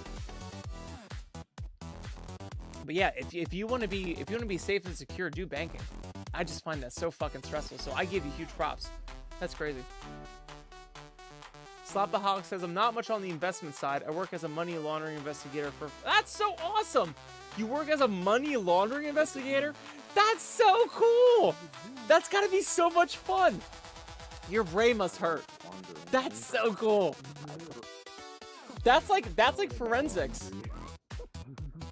That's so interesting. Daniel wants me to be made. Yeah, because people do crazy shit with that stuff. Fun fact. Don't money launder. It's not fun. It's not fun. Not saying from experience. I've seen too many Breaking Bads, and I've watched too many. What's the one? Ben Affleck, The Accountant. Dude, that's just so exhausting. That's so exhausting. Bye, all, Sal. Have an awesome night, bud. Too much. It's too much. I find with all that stuff, I get it. It's like, if your life is hard and you have to find a way to break the mold, it's great. But sometimes you hear people's stories and it's like, dude, why don't you just do the easy thing? But we all have a propensity. It's like, I don't even know if it's a greed thing. I used to think it was a greed thing. I think it's humans have a propensity for game theory. I get more into game theory as I become older. It's like when you have a series of rules, you always try to exploit the thing. And it doesn't mean that anyone's evil. It's like you're just trying to max out like a video game. And sometimes people forget like these have consequences. You can't do that dumb shit. Like, come on. But your job's gonna be so cool. Dude, just do the thing. Just work hard. Like, come on. Slopaholic says, I will say, out of all the shows, Breaking Bad does the best representation of money laundering, even over Ozark. Yeah, because the fucking laundromat. That was so. It was so on the nose. I love Ozark. Ozark's awesome. Yeah, that's hard. That's hard to do a casino for money laundering. There's so many regulations behind the casino, and especially for them to do it like over there, like in the sticks, like, you know, there would be so much investigation. You're already drawing so much attention. And the problem with all that stuff is regulations like the killer of all good. If you try to get into something like that, that's just so fucking painful. Slopaholic says casinos are under the same money laundering regulations as financial institutions. Good.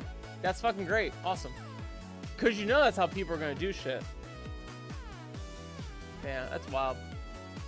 I just hate that there's so many casinos on fucking apps now. That the whole FanDuel thing and what's the other one? MGM.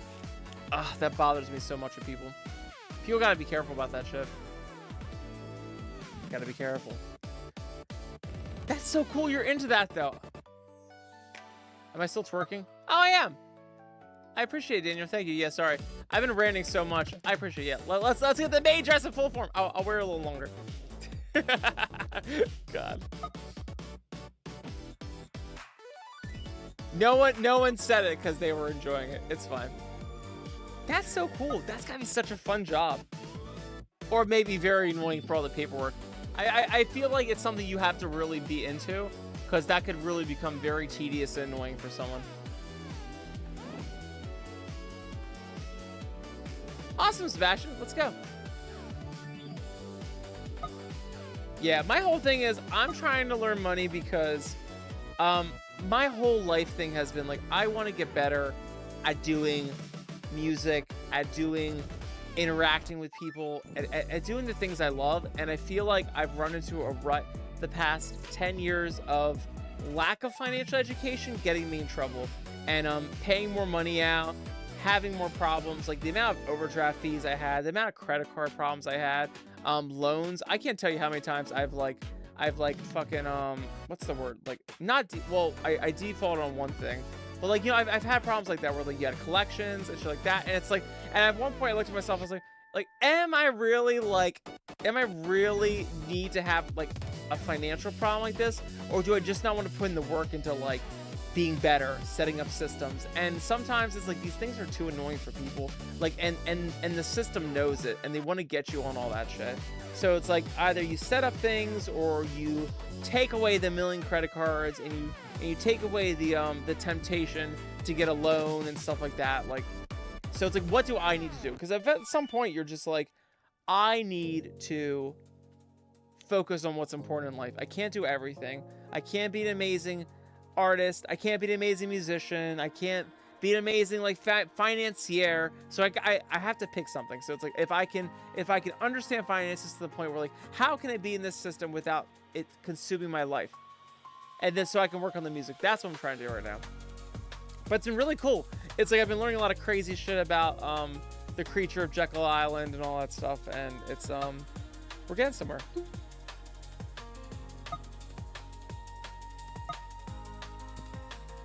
Slopaholic says, I will always... Oh, hold on. You said it covers a lot of blanket financial crime. I really love cracking human trafficking, which flows through the financial systems. Oh, that's awesome you do that.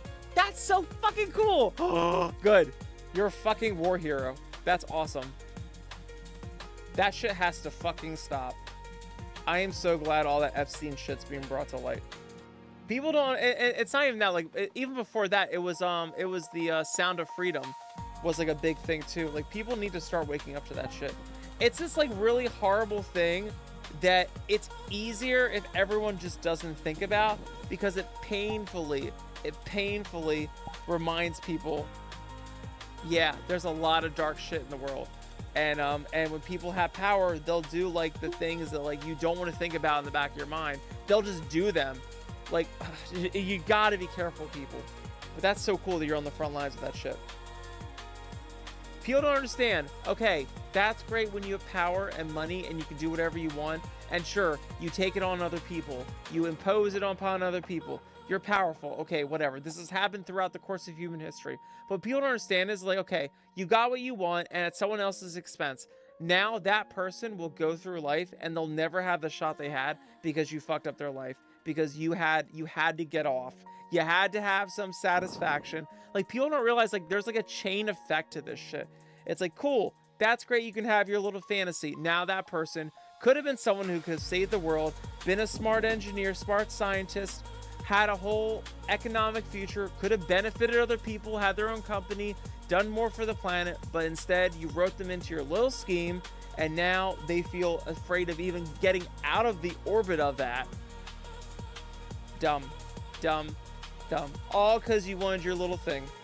Dumb. What stage are you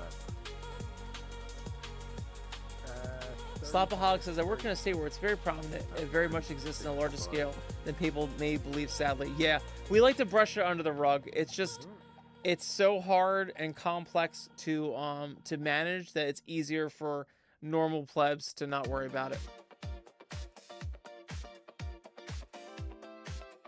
But Slopaholic said, I will always recommend a credit union over a bank, everyone.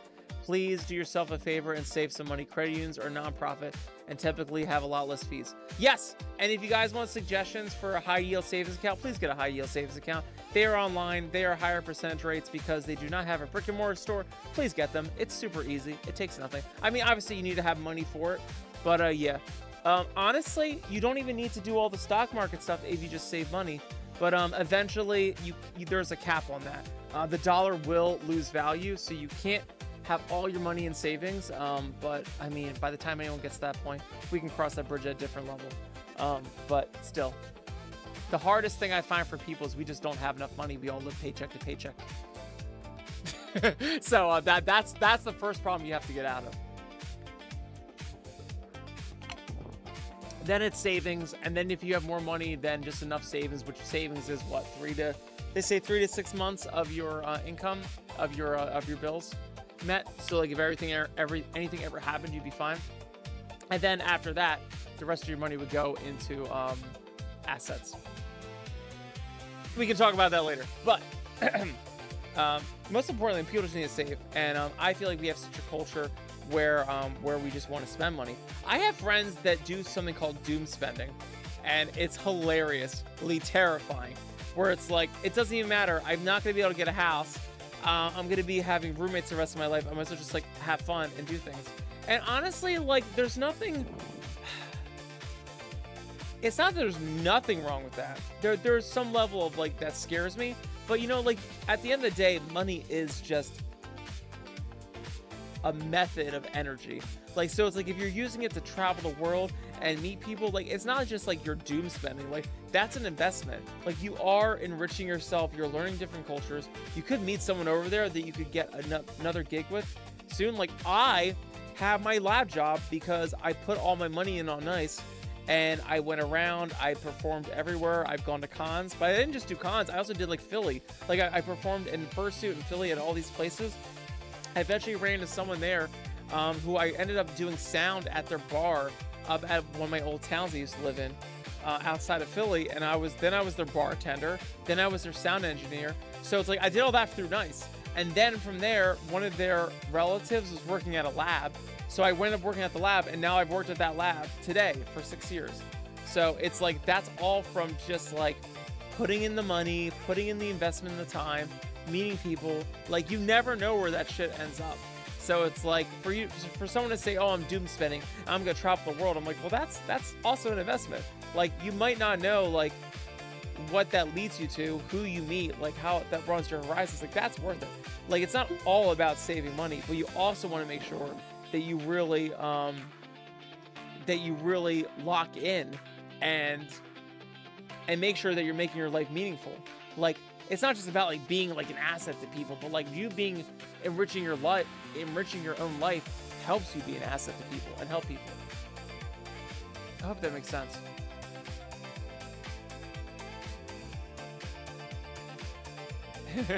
Thanking is my language, says Slapaholic. I'm trying to make it my language only because I hate the idea of money so much, in the sense of like it's so misunderstood and it's not educated with people enough. But I think it's like you can't get it's a weird black magic. You have to understand it, but you can't get toxified by either.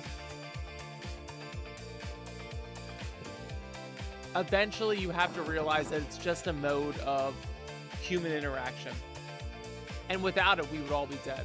Like people want to break the system. You hear that so much. You don't want to break the system.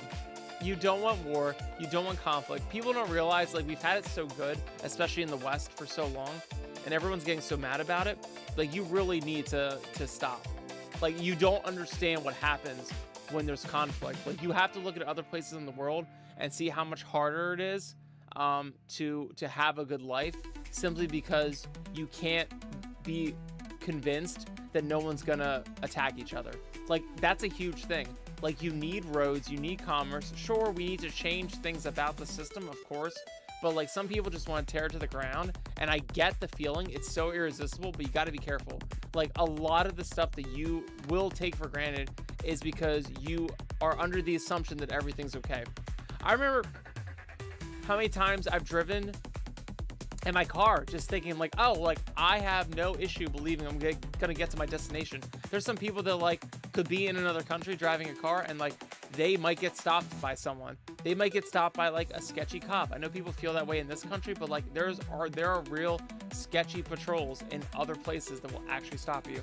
Like, or it could just be like a rogue bunch of people. Like, or you come back out into your car after work and like all your shit is gone. Like you don't know like how good some of us have it. Like it's just gets scary. And it's like to think like we don't understand that. I only know this, I only see this in my job at a lab. It's like we wanted to change the whole system of like computers. We're like, well, it's dumb how we're doing it. Too much is pen and paper. It'd be great if we all linked everything up together. Like that's how it should be, right? This one perfect happy thing of like autonomy. Nothing works. None of the systems work. It was better when we had pen and paper, and not that it can't get better, but it's like there is a no matter what wonderful providence is on the other side, what heaven is waiting for you, there's still at least that dark age in the middle of like complete chaos. So even if you get what you want, it's gonna be so painful, and it's just not worth it. Like you gotta really realize like what we have to have. Kaltasi said, this year I started doing a Roth IRA with my 401k at work since I'm midway to retirement. That's awesome. Yes, do a Roth. Do a Roth. There will always be more taxes. So you might as well pay the taxes now. There'll always be more. We will always try to figure out ways to pay our debt. And I'm assuming you're American. We're always going to find new clever ways. We're all so clever to make the average person pay for our debt. So do a Roth IRA. If anyone needed to explain that to them, DM me. But again, I am not financial advice. I have a degree in music, which means I have a degree in paper folding. It is fucking useless, but I've been trying to learn, so I can tell you at least what I've done. Not advice. Slopaholic said yes. And see, Slopaholic is a financial. Slopaholic's a banker. They said yes, please pay the tax now. Yep, Roth all the way. Yep. You just have to. The taxes, it's so funny when people are like, oh, I wonder if the taxes are going to be better in the next years. Unless, the only way is if you would know, see, and this is my problem with the stock market too, it's the same way. You can do so much in this world if you know people. Like, most of the people that are rich just know people. You just, once you hang out with all the popular kids at school, you know when the high school dances, you know when the football team's gonna do their prank with the pigs, where they paint 1, 3, and 4 on all the pigs. You're gonna know all the inside things, and it's not insider trading. You just happen to know what everyone's talking about and doing. And people don't understand this with the stock market. It's like, that's great that like you're looking at investments and stuff like that. Like there's I don't want to use the word oligarchy, but there are people who are doing all of this kind of shit all the time, and they all hang out. It's a giant frat, and they're all doing this stuff. And sometimes, they let pledges in. Good for them, but not all of us. And you're not gonna know about all that stuff. You're better off not doing all the crazy shit, just doing the things that make sense. And Slopaholic said, from a tax, inflation, and value standpoint, Roth is easily the better option. Yeah. I mean, the best option is using that money to make a business that generates profit, but that's a gamble. It's all a gamble. Life's a gamble. Have fun. But yeah, if you can do a 401k through your job, that's like the best because it's pre-tax. Actually, I never actually that part I'm not literate on, because I don't get how a Roth 401k, which is what I have. I don't know if that actually doesn't take out tax, because it's not pre-tax if I paid tax.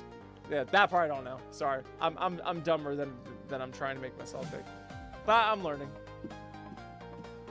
Apollo says the future is flying cars. I hope so. I hope so. Oh, my Kumet says, in Canada, we have RRSPs, which is a registered retirement savings plan. The premise is you defer tax payment, and it saves you money because you'll be in a lower tax bracket when you retire. You put off the tax payment, and it saves you money because you'll be in a lower tax bracket when you're retired.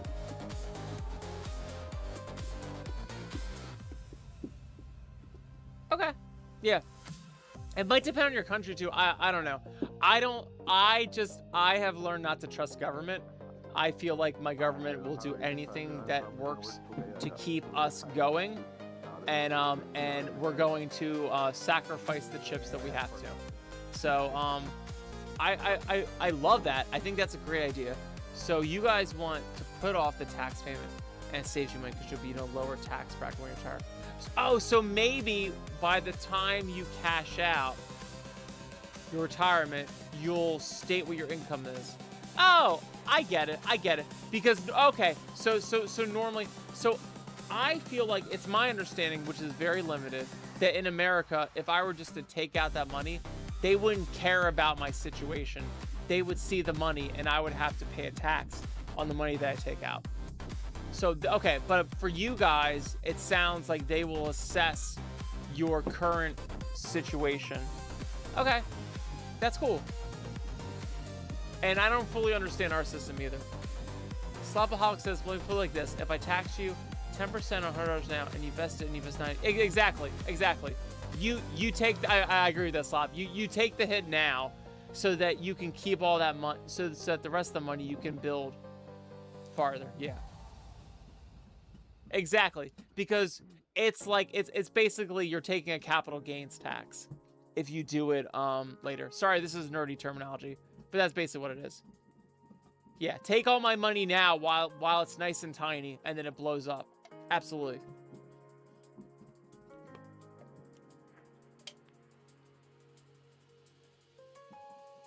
Yeah, because that's what ends up happening.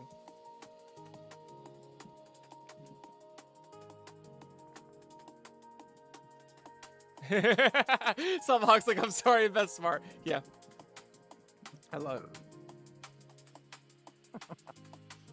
Yeah, the problem with the stock market is that you have to have the long game.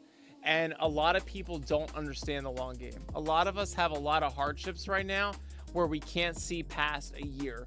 Maybe 5 years, but you need to, the whole point of the best way to do the stock market is basically to put it into like the S&P 500 and just leave your like. Didn't Warren Buffett say that? He's like, if he were to pass away finally, isn't he like 512? He's older than Dumbledore. Didn't he say like, once I pass on and I have like after my trust is done, I would tell everyone to like my generation, my next generation, to just put it all in the S&P 500. Because by that point, you have all that money. Like, you can only do so much with, like, gets to a point where, like, you have so much money, you can basically do nothing with it. It's just, it doesn't do anything. So it's like, you're better off just putting it into the S&P 500 or something like that. But yeah. I mean, I like that kind of stuff because it's like, don't do any of the crazy shit in the stock market. Like, no one's smart enough.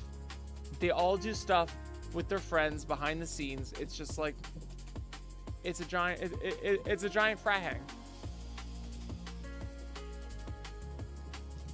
hang. Apollo said, can we stop talking about taxes? I would love that. That's great. Yes. No. We go back to talking. My whole point about talking about all that, we got on this conversation because of the penny. But I appreciate, yeah, let's bring me back into it. My whole point is that the penny doesn't matter. None of that stuff matters. The whole point that matters is that this whole life is about what you can do to be helping other people. Like, if you go through life like that's how my life has been, because I started out in music. Like, I went to music school and I was like, I'm gonna be I'm gonna be a big music composer, I'm gonna do things in ads, and like, my life has been amazing. If I were to die tomorrow, I would regret nothing. It's been fucking awesome.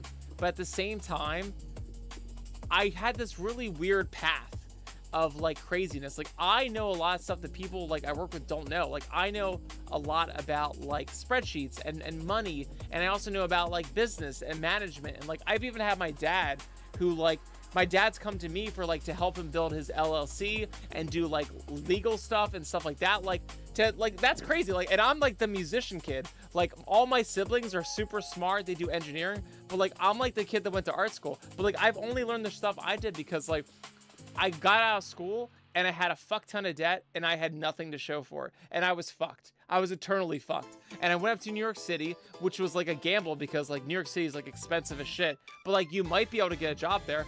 But I had no like credentials and shit. So like, I eventually got into restaurants. I got into a lot of fights, a lot of trouble, a lot of managers yelling at me. I spilled a lot of drinks on big investment people. It was super embarrassing. I've cried a lot. But I like became manager. And I like learned about business, and it was really because like no one wanted to do the work. No one wanted to do the hard shit. They just wanted the title, and people got frustrated when like push came to shove and they left. And I was like, well, I'll do the thing. I'll figure it out. And like, I cried and I drank a lot and I got stressed out, and then I figured it out. And so like, it helped me with NIIC. Like, I built like NIIC into like his own company and shit like that. And not like that he's like a big business thing, but it's like just like keep him all safe and keep anyone from taking him, so that we can keep doing what we're doing. Like, you just got to be smart like that. So I learned some weird stuff for like this little art nerd that went to school, this little gay kid. And so like, then I left New York City, and then like now I'm in science, and now I do like science. Like, that's crazy. Like, how does someone who does music be in like restaurants? Like, I was HR, I did payroll, I did compliance, I've done science. Like, people like go to school for this and get degrees, and I just like show up. But like, anyone can do that shit, because all you have to do at the end of the day is help people.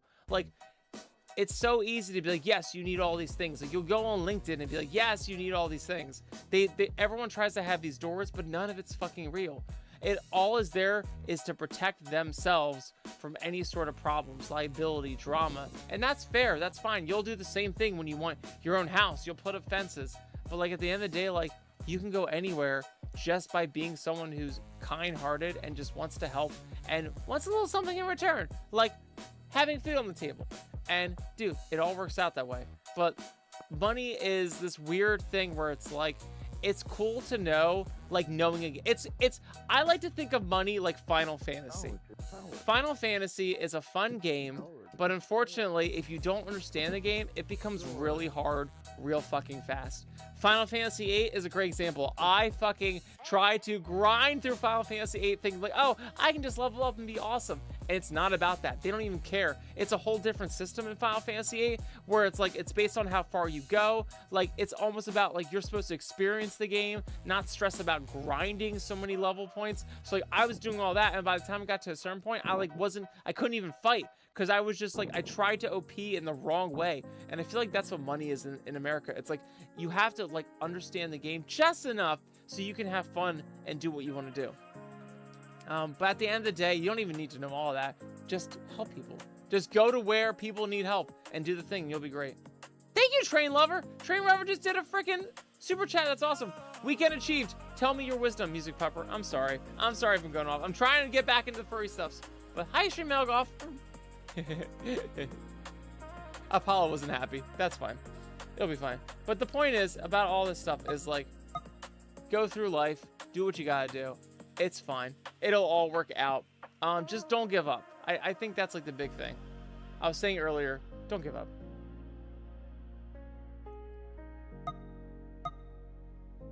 Zamino said hydrate. Hi, Lycan Prince. Let's freaking go.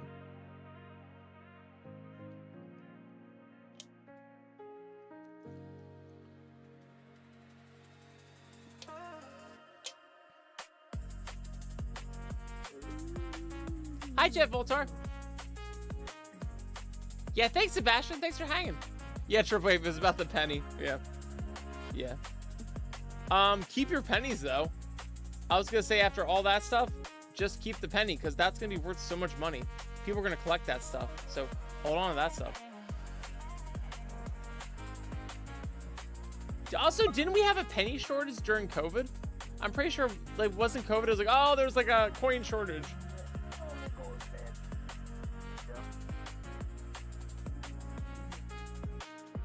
Yeah, it's okay. I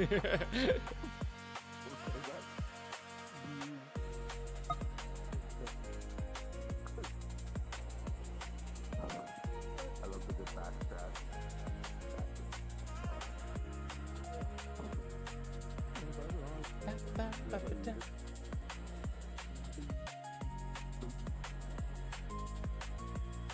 Hi, Mother Alien AI.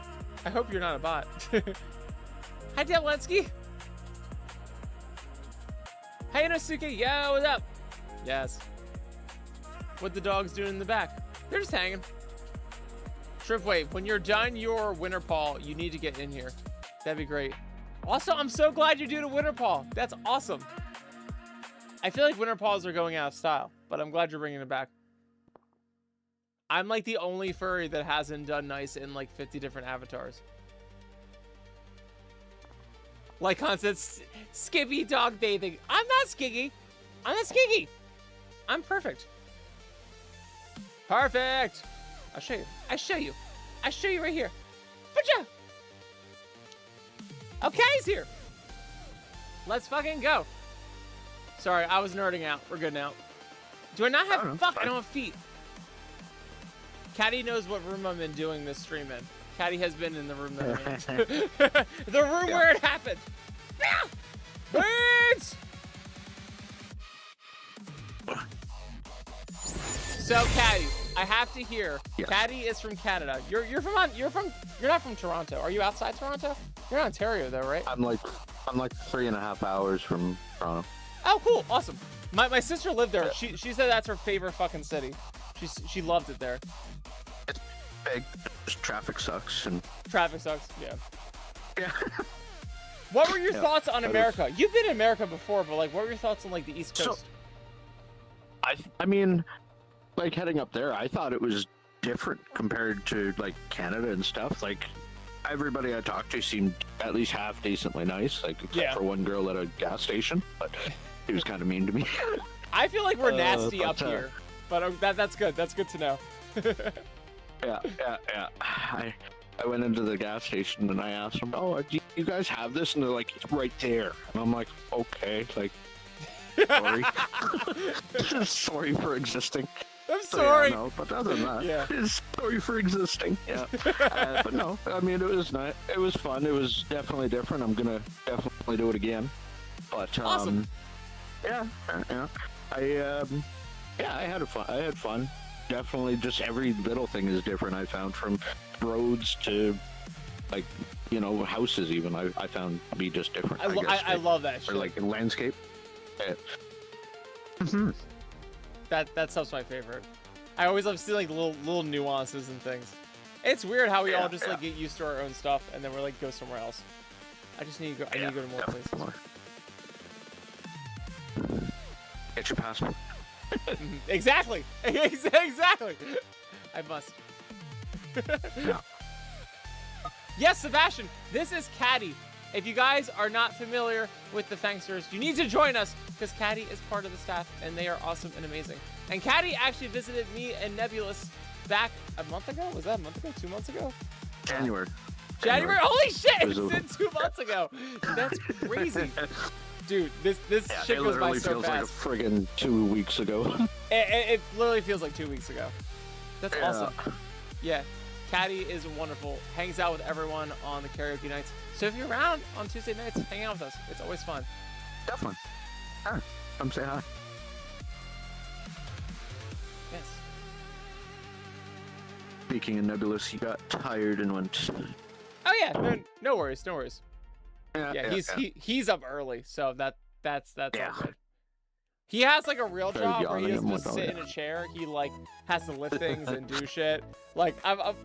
whenever I work longer than him, I'm like, but it's not real work. Like him working like 8 hours is like twice the amount of time that I work. I'm like, I'm just drinking coffee, like on YouTube. Like it's not the same. He's like doing shit. Yeah. In 3.5 hours, I'll be sitting in a tractor just blowing snow. That's wait, do you want to go to bed? That's fucking crazy. No. What the fuck? I slept in today, so it's good. That okay, all right. That's fuck that. I would hate to like. Are you gonna take a nap or is this just like the all-nighter-ish thing? All night. Oh. I'm gonna grab some energy drinks on the way. That's fucking crazy. Power That's through. fucking crazy. Oh, yeah. So Caddy starts his day with a little stream and then goes to work as one does. Hell yeah. That's great. I'm gonna sleep like a fucking rock tomorrow. I'm so excited. I'm so excited to sleep. Yeah. Well, I slept until almost 1:30 or 2 o'clock this afternoon. Okay, so you okay? Oh, so okay, so this is like yeah, your like 12th hour. yes, Not yeah. even 12 hours of being awake. Yeah. This is like your 2 p.m. So you'll like get and work, and you'll work like a night shift, and then you'll go to bed. That's crazy. Exactly. Yeah. How Hopefully long is the your shift? Is isn't your too shift long. like 8 hours? That's a lot of time. Probably 8 to 10. Yeah. Shit. Okay. Good for you. No, you hear like I'm ah, used to that's working fine. weird hours. Oh my God. It's money. It does stuff. Yeah, no. That's literally how I feel Pays my job. bills. I'm like, whatever, it pays bills. It's fine. Yep. I have beer when I come home. I'll get over it. That's yeah. And now that I'm drinking again, that is a big bonus. Yes! Yeah. So wait, so you guys, okay, so you're doing more snow plowing. So you guys have snow? Yeah, literally it's snowing like as we're talking, like outside. Oh yeah. God I damn think it. We I think just- we we're at, finally like got rid of 7 all our or 8 snow. inches. That's so funny. No. It was really nice, like almost like I was saying t-shirt weather like this week, and then it's like, oh no, we're gonna snow on you. So we Yeah. have another like 7-8 inches coming today, or tonight. That's crazy. For us, Yeah, it it was never like ends. that. On Wednesday, it was like 80. So it was like all the snow melted. It was all like summer. And then Thursday, it just dropped and we got snow. And I was like, what is happening? It's so weird. Yeah, And yeah. And I drive to the mountains now, so it was just like all snow in there. By the time I got home, it would like stop, but still I was like, oh my god, it's crazy. Yeah, no, I think it's supposed to snow today, and then a little bit more the next day, and then for the rest of the week it's supposed to be nice and warm up again. Oh, that's cool. Yeah, so we will get rid of our snow, hopefully. Eventually. Eventually, the Maybe glacier in the next, will like, melt. 4 months. Yeah. In 4 months we'll have some warm weather. Oh my god. Yeah, no, I would much rather be in somewhere warm, but eventually. Yeah. I like winter, but I think I like winter because it's not like your winter. Like, I think if it was perpetual snow and cold, and like the only thing I don't like about winter is like things are harder to like move around in, like your car, shit like that part I don't like. But the beauty of it and like being out where like you can not be impacted by traffic problems, that part's nice. Yeah. But life is hard. And I'd like to say that, I'd like to say that every Canadian knows how to drive in the winter, but no, They not don't? even close. No. You You'll be think we're used driving to and that? you'd think, and especially, like months into winter, and then no, it's people are still sliding everywhere. There's still people that are like, oh well, I put my summer tires on because it's after January, and we're like, no, we still have like 3 more months of winter. Yeah, and you guys have to have winter tires, yeah. Oh yeah. So just tons of. Hopefully it ends soon. Tons of bad decisions. Yeah. Oh, gee. Okay, so I do not have the only country that has stupid people, and for that I am grateful.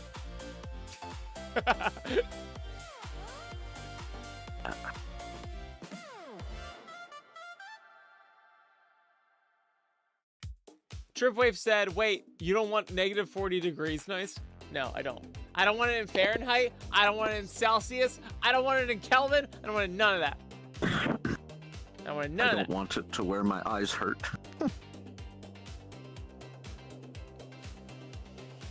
Yeah, cold's funny like that. Like, it gets to the point it's just pain. It's not even like, oh, this is cold. It's like, I hurt. I'm like in the vacuum of space. This needs to end. I just want to go outside and not be under 8 layers of clothes, like I am still freezing. Wait an hour for my car to warm up. I have a bottle of water. A bottle of water. Yes. Because Caddy cannot drink because he has to drive. That's right. I told Drink my parents responsibly, about your everybody. thing, 12 hours bottle to 8 hours bottle to throttle. Yeah.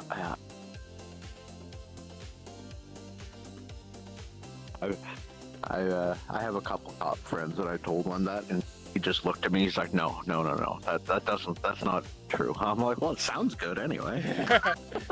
That's not true. It's true. It's true. It is. It depends on the rate at which your body metabolizes. However, people say like you can even flush the alcohol out of your system, and if you feel like you're still under the influence, some people can be. Some really dumb people can be. Then you should not drive. So it's like you'll ask AI the same thing about doing the math, and it'll tell you like, oh well, like, but that doesn't necessarily mean like you're fit to drive. So at the end of the day, like you'll know for yourself. But yeah, the time is so important.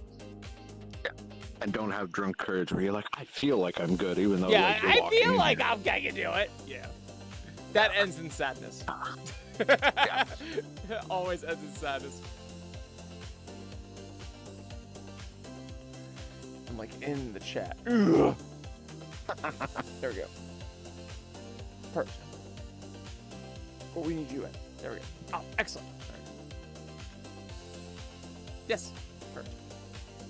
Yes, all the Hanks. Is that Gordon Ramsay? That's Gordon Ramsay. It's raw. I'm sorry, what? It's raw. I think he's trying to say raw. You idiot sandwich. Beef Wellingtons. Oh. Toby says barks at Caddy. Tripwave says Lars the lamb sauce. Where's the lamb store?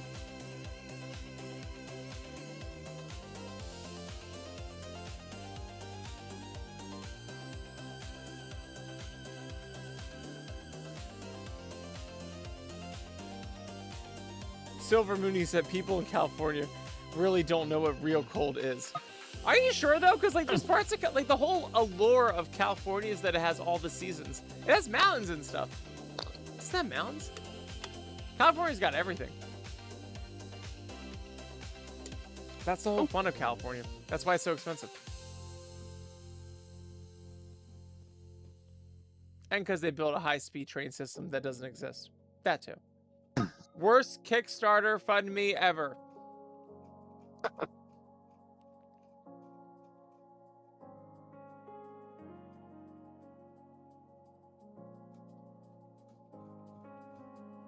Yes, Jackie! Happy weekend. Oh my god, it's awesome. Mother Alien AI said they're not a bot. Awesome! I'm so glad to hear that. Sometimes I get nervous when some people have AI in their name, or it's like .ai. I'm like, okay. Yeah. There was a big thing they debunked about how like a lot of Twitch streams have so many bots, like streamer bots. Like they just have a lot of like people that come in as bots. And I'm like, okay, that makes me feel better because I really don't feel like we have such a big amount of people. But honestly, I would rather it be a smaller group of people that we all hang out and thrive than try to do like try to farm views. Yeah. Beans.ai, it's an AI that only outputs paw prints no matter what you ask it. Tripwave, it's a bean language model, a bean LM. No. Bean was a large language module.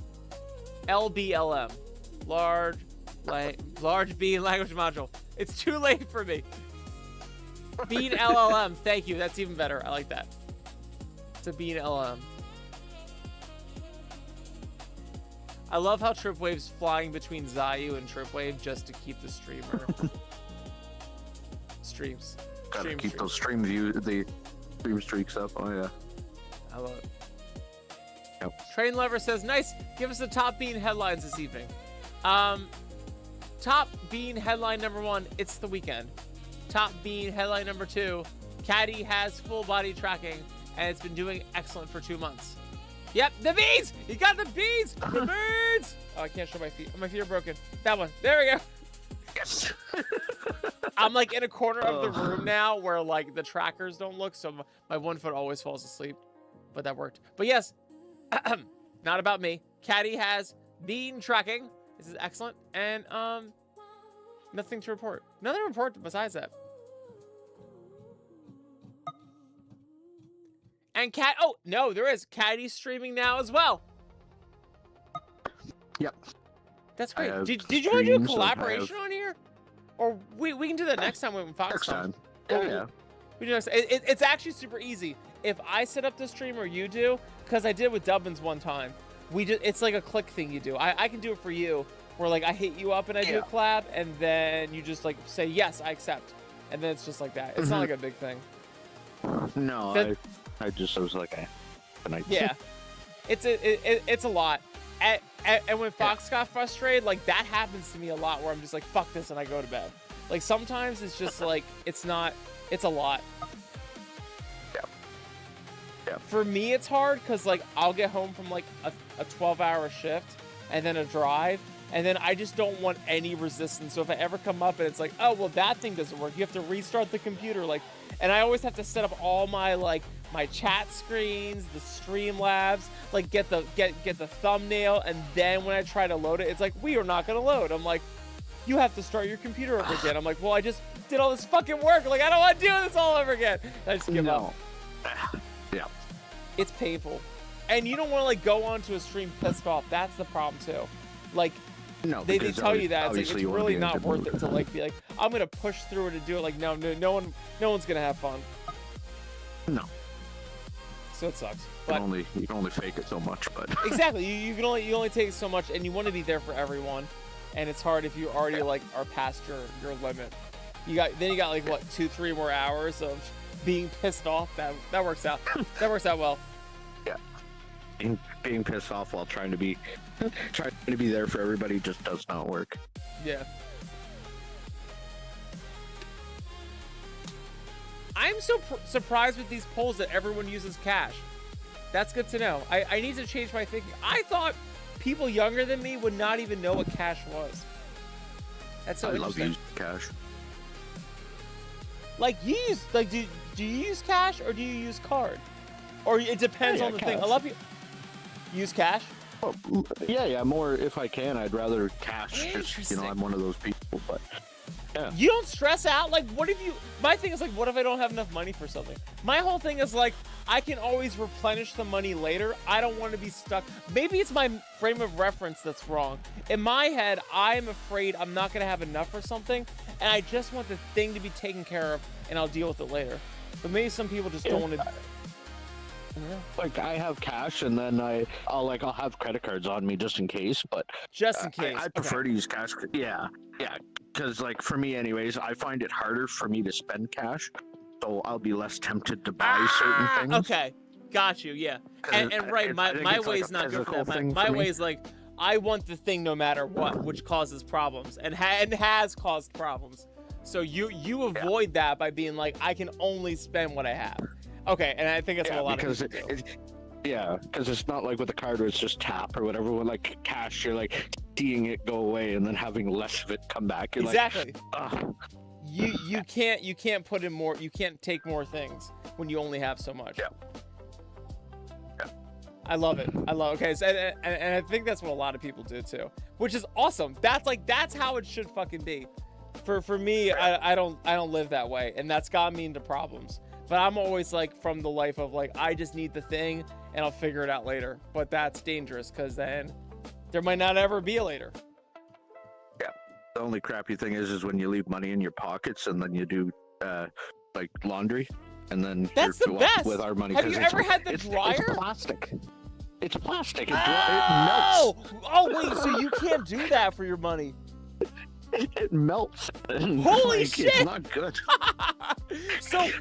So for us, that's the best because ours does it, and then you're like, oh my god, I found like $5 It's in clean. my jeans, Yeah. but yours melts. Yeah. Oh no! Yeah.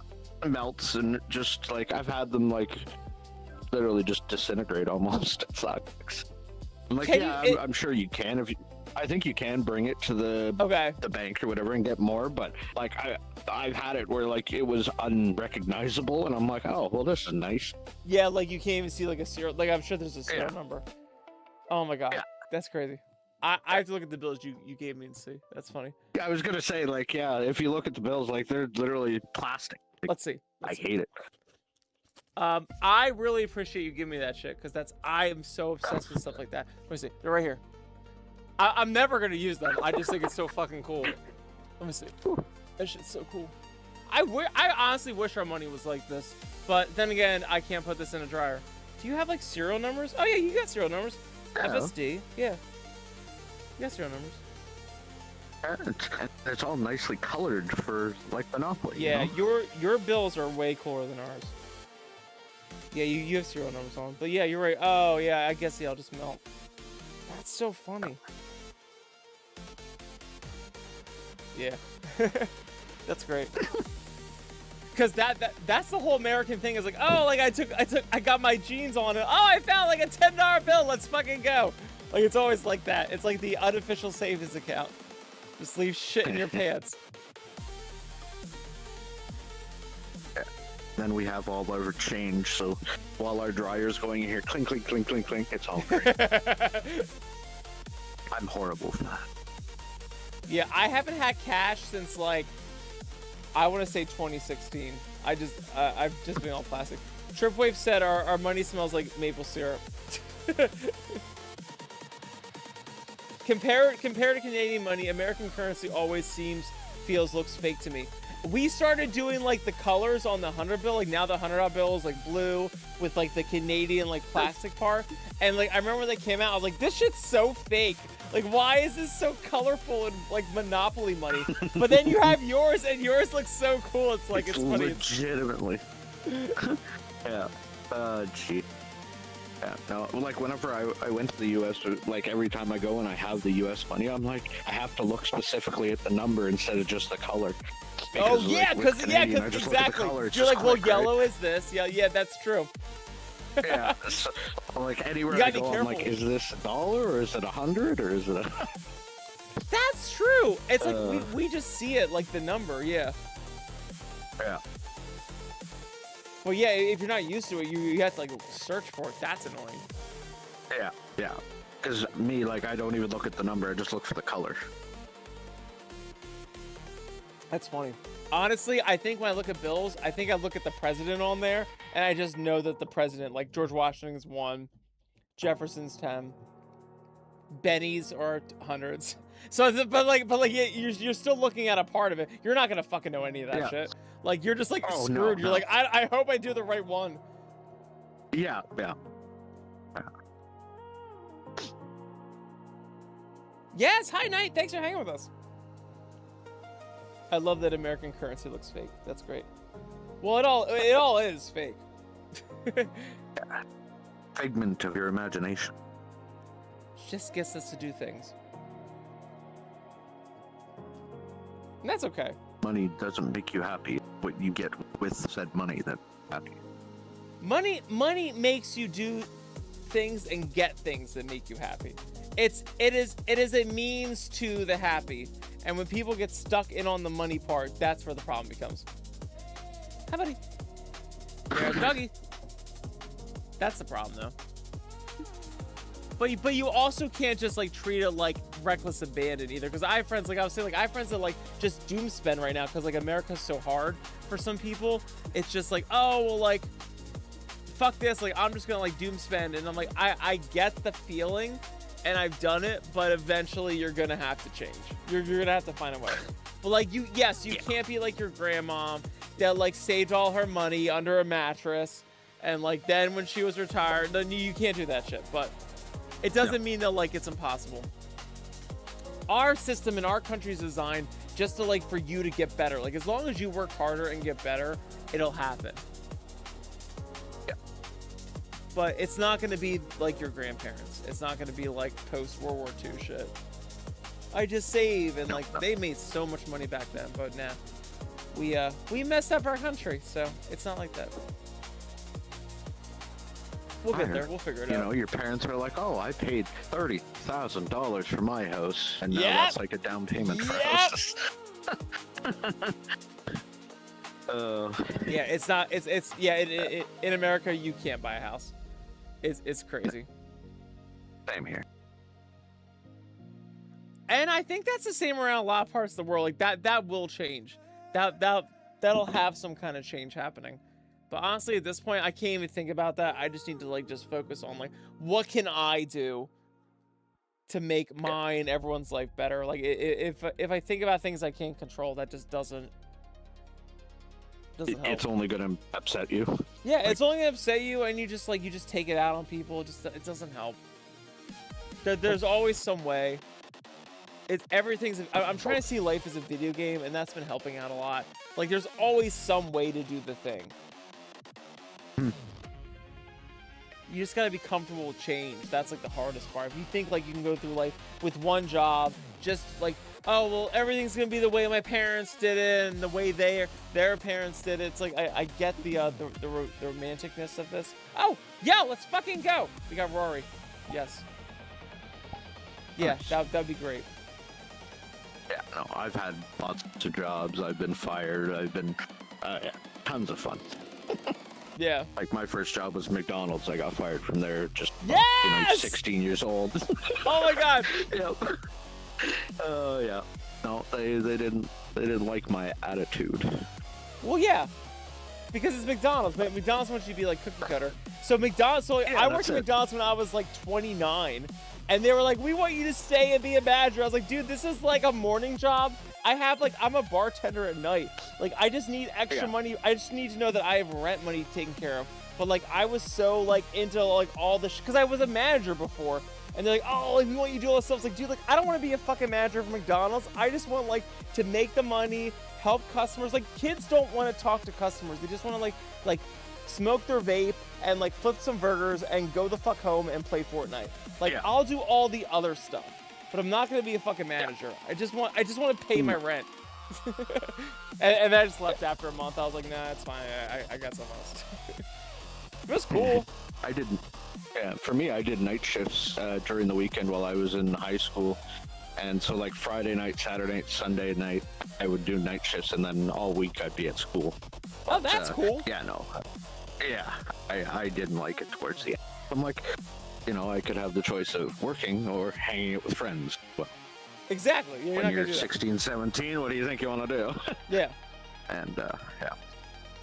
And you might as well. Apparently Life changes on you like after that, so. Oh, yeah. Yeah, now I'm in a comfortable 2 jobs and, you know, doing better anyway. Exactly, yeah. That's how it is. And then, like you were saying earlier with Vices, with the whole Bet MGM and yep. Like all the I'm not great with those apps. I may have deleted those apps and re-downloaded them. Like, Re-download them. 4, 5, No, 6 I have times. so many coworkers that do them. It's fine. I'm just not into gambling. I gamble like all the day as like a living organism on this planet. I just gamble just as a person. I don't need to gamble in raffles or lottery. So I don't do lottery. I believe I have Irish luck, where it's like I believe I'm not allowed to win raffles or lotteries or gambling. Hi, Rory. But like I won't get hit by a car. Not anything that bad happens. Like I'll get over. So like I feel like my Irish luck also prohibits me from winning any like giveaways or like things like that. I don't know if that's true. I hear people, but... they're like, oh, I won this, I won that. I'm like, how do you win and stuff? Like you hear like, oh yeah, like lottery winners, stuff like this. Like the chances of it are so small. The fucking chances like, of it, you'll get struck by lightning before you hit the lottery. There's no conceivable way. Rory, it's great to fucking see you. Let's fucking guys. Rory's here. Hello. Fucking awesome. I had talked about Rory on the stream, and Rory's now here. This is great. We gotta have everyone here. Perfect. Excellent. Yes. But yeah, we were talking about like raffles I don't have my full body tracking on right MGM.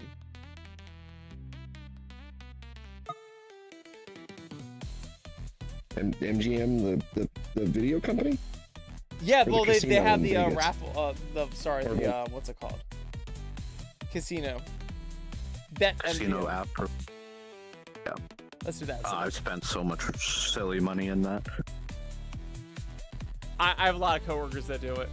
I just suck with all that shit. I would just know that I would just lose all my money. Yeah. And forget which one it is at the start. It's like, are you intoxicated? And you're supposed to say no. And I'm Wait, like, really? well, It tells even you if that? Oh, is there like I a remember there provision was for that? one. I'm assuming it's like you shouldn't be like, you know, completely fall over drunk when doing it. So they have to, I guess they have to ask, but like For like liability even a robot reasons. can be like, yeah. And so you do that, and oh yeah. But I mean, I have said, yeah, I'm fine when I definitely was not. Yeah, exactly. Oh yeah, I'm not drinking. Sure.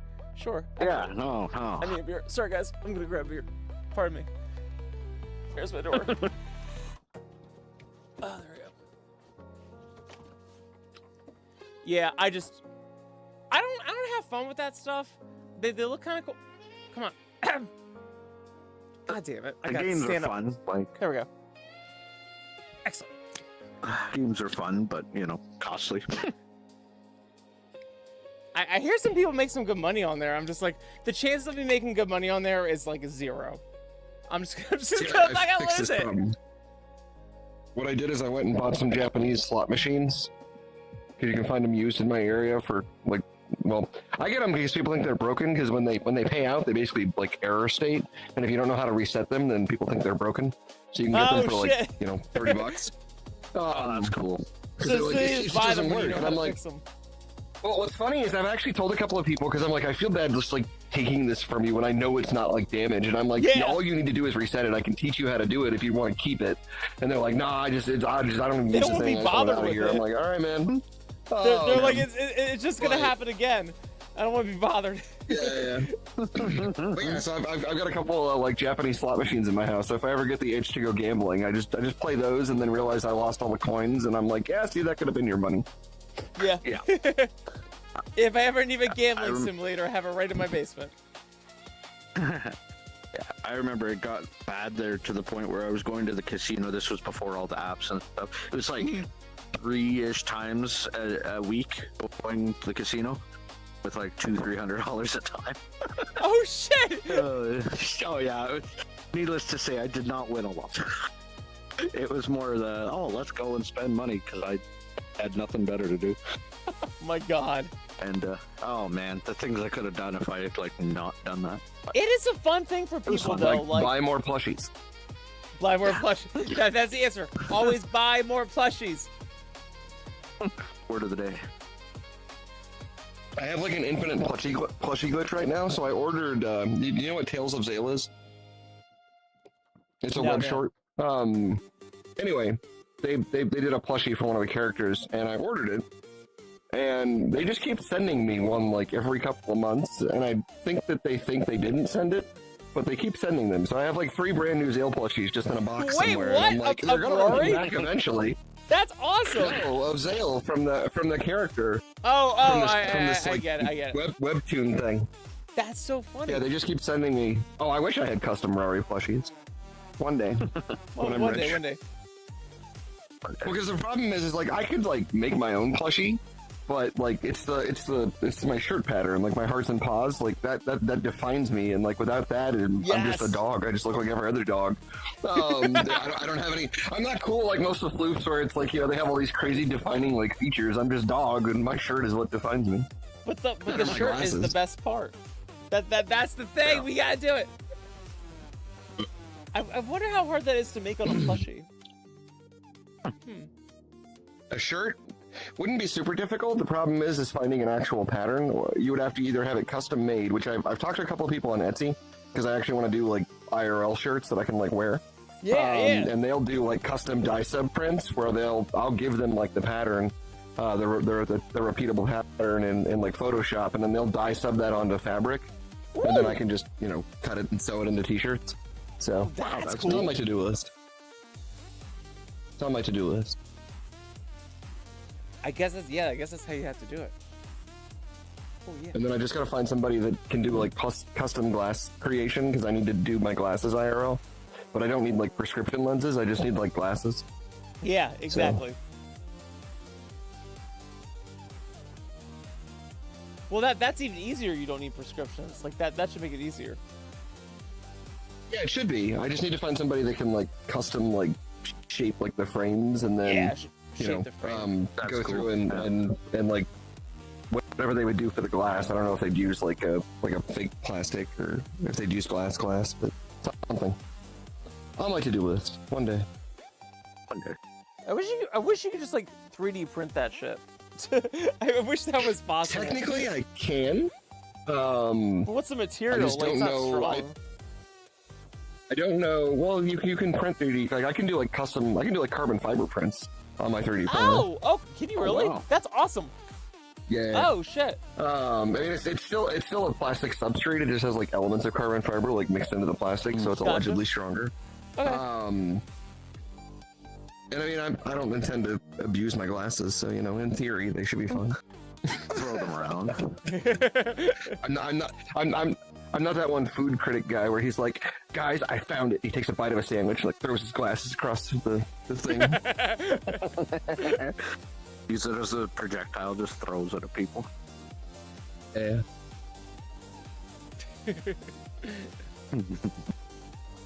But no, I technically could. I don't do 3D modeling, so I would need somebody to like because these won't actually print into a wearable like form. I've tried. But to be fair, these are my own like weird creation. I took the maker of my avatar.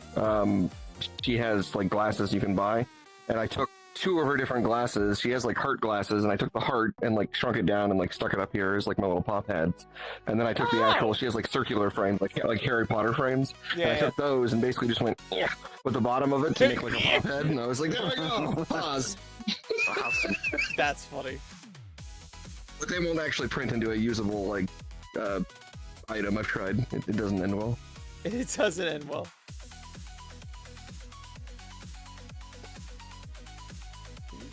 I have 3D printed a winter paw like statue thing though. That took a while, but it's quite intricate.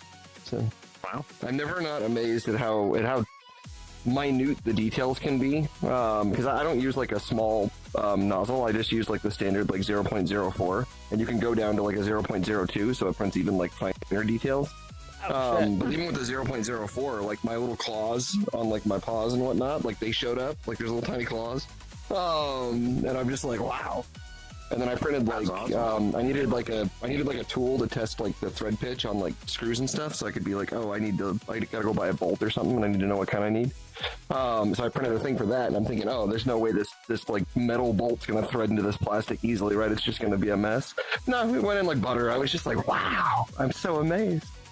Wow. It worked. Yeah. Yeah, I can actually print like nuts and bolts in plastic, and I mean, if you didn't need them to be super strong, like you just need to hold something together, it would totally work. Damn.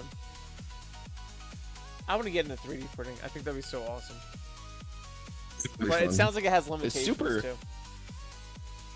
Kind of. It depends on what you're doing with it. I mean, you just use like different substrates for it, but there's a lot of people that like 3D printing is it's become quite an interesting art form, because like there's a lot of people that'll like they'll be like, oh, like I need like this to be stronger, right? And it needs to like hold something that with like, you know, like reinforcement or whatever. So let's say I had like something where I was going to put something through it, but I needed like the area, you know, kind of like how you have like a tent or something and they have like a little eyelet to like keep it from just ripping the fabric to pieces. And it keeps the shape of the hole. So they do that, but what they'll do is they'll print like a thing, and then they'll have like a little space where they could like inlet a washer, and then they'll stop the print at a certain point, put the metal washer in, and then just continue the print over the top of the metal washer. Oh, shit. So buried inside this print is like a metal washer to like keep everything like really strong, and it's really interesting. And then there's people that make like clothing out of like 3D print. So you can do like almost like a chainmail thing, but like people have done it where it's like I made my entire shirt and it's almost like a chainmail, but not quite. Interesting. It made it breathable. Yeah, and then people do like shoes and all kinds of stuff. But the shoes are interesting because like I'm just looking at the shoes because I know people do it. Like they 3D print like the like fursuit feet and whatnot in like TPU. Yeah, I gotta look at that. No, you can do like your entire like not your full fursuit, but you can do like the head and all that stuff and whatnot in like 3D pieces. Wow. Yeah, I've tried to get Julia to do because there's people that do this. They take like there's like a Rex that you can buy on one of the 3D websites for like it's like a 3D fursuit head, but it's like the skull of a Rex. So like you can do that, and there's a couple other ones out there that exist. And then I've tried to get Julia to be like, hey, will you do this? Because like there's a market for it, right? Like you already have the 3D thing, and you clearly have the talent to like sculpt this stuff. So like I can't imagine that, you know, maybe a little bit of changes here and there to like the exact skull that you've already created, you know, a little bit of finesse to make it 3Dable. Like it seems like it'd be a relatively easy thing to do in a way. I mean, I'm not saying it's like super simple, obviously, but like it's she already has like the majority of it, and she created it, so like it shouldn't be super difficult for the person who did it all to be like, oh, I just need to like do this and do this and do this. Okay, we're done. Because like the Rex thing has like the teeth and everything, and like you can like they slot into like the 3D print when they're done, and it's all just like form fit. It's super awesome. Wow. So that's crazy. I have to look at that stuff. Yeah. Because that's where it's at. Like imagine like you had like AI bots do more stuff, and like we could just start making our own stuff for everything. Like that's so cool. I just wonder how like everything would be able to work. Like are things actually wearable? can you make a cup that's actually drinkable out of? Like that kind of stuff. Not out of plastic, and the biggest reason. So you could print a plastic cup, but you would probably want to coat or line the inside of it because the plastic prints are very porous. So like inevitably, like you could drink out of it. I'm not saying you're gonna put water and it's just gonna leak everywhere. But like inevitably, like water's gonna get trapped inside the plastic, which would lead to like mold issues and what have you. Now, if you had like a good drying system, like you could probably like if you like use your dishwasher, and it's assuming that it didn't get hot enough to melt the plastic again, which I don't think it does. Don't quote me on that. And if anyone ruins their dishwasher, it's not my fault. Is that right? But like if you had like a good drying system in like your dishwasher, it would probably like take care of like like mold issues or whatever, because like it would dry the plastic out really well. But cool. sans that, I wouldn't 3D print things to eat or drink off of. So that's a good idea. Yeah. There's also the whole microplastics thing. Get plastic in your food. Not happy. Don't eat or drink off of it, but everything else. I'm curious about shirts, because like, what fabric would you need for that? So, I'll send you some videos later. But so what people have done is they've actually taken they just buy like a blank T-shirt, right? And then they actually go in and they set it into the 3D printer, and then they'll have like a layer on the backside, and then they'll have like a layer. They'll put the T-shirt in on top of it, and then they'll print like another layer on top, and it actually somehow adheres to so they print like this 3D design of sorts out of like TPU that's flexible, so it like bends and what have you. Now, I don't know if they hold up to like a wash cycle, but like they 3D printed like things on their clothing. Like this one dude had like crazy tech wear stuff that he was doing on like a jacket, and there's all kinds of crazy. So I gotta look at that shit. That'd be cool. It's really interesting. Like the things that people have done with like 3D printing that you wouldn't even think of. You're just like, wow, that is crazy. I would just love an age where everyone can just start making their own stuff like that, and you don't need like a big company to do it for you. Like that'd be so cool if people could just like edit things. I love thinking about shit like that.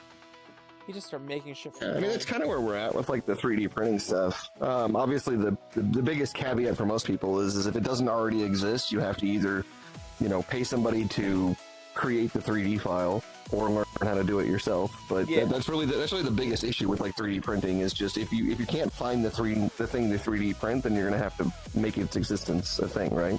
Whether that be you do it or you pay somebody. It's fine. It's just everybody's gonna be really good at 3D modeling. What used to be like a really niche thing, everybody else will just do now. It's kind of like a VR chat made everybody a Unity expert. Like everybody just knows how to do Unity now. Yeah. Whereas like before it was like, you do game design? Like that's so cool. Everybody's like, yeah, whatever. You use Unity, whatever. Big whoop. Wow.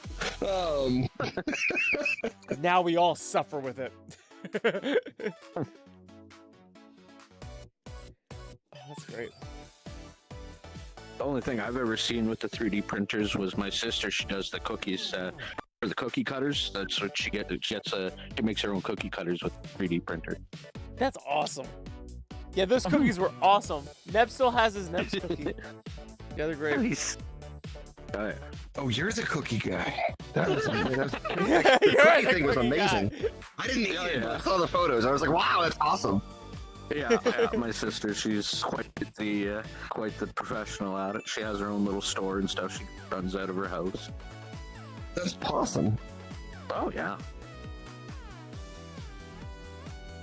Rory, how have you been? I haven't talked to you in a while. I hope you're doing good.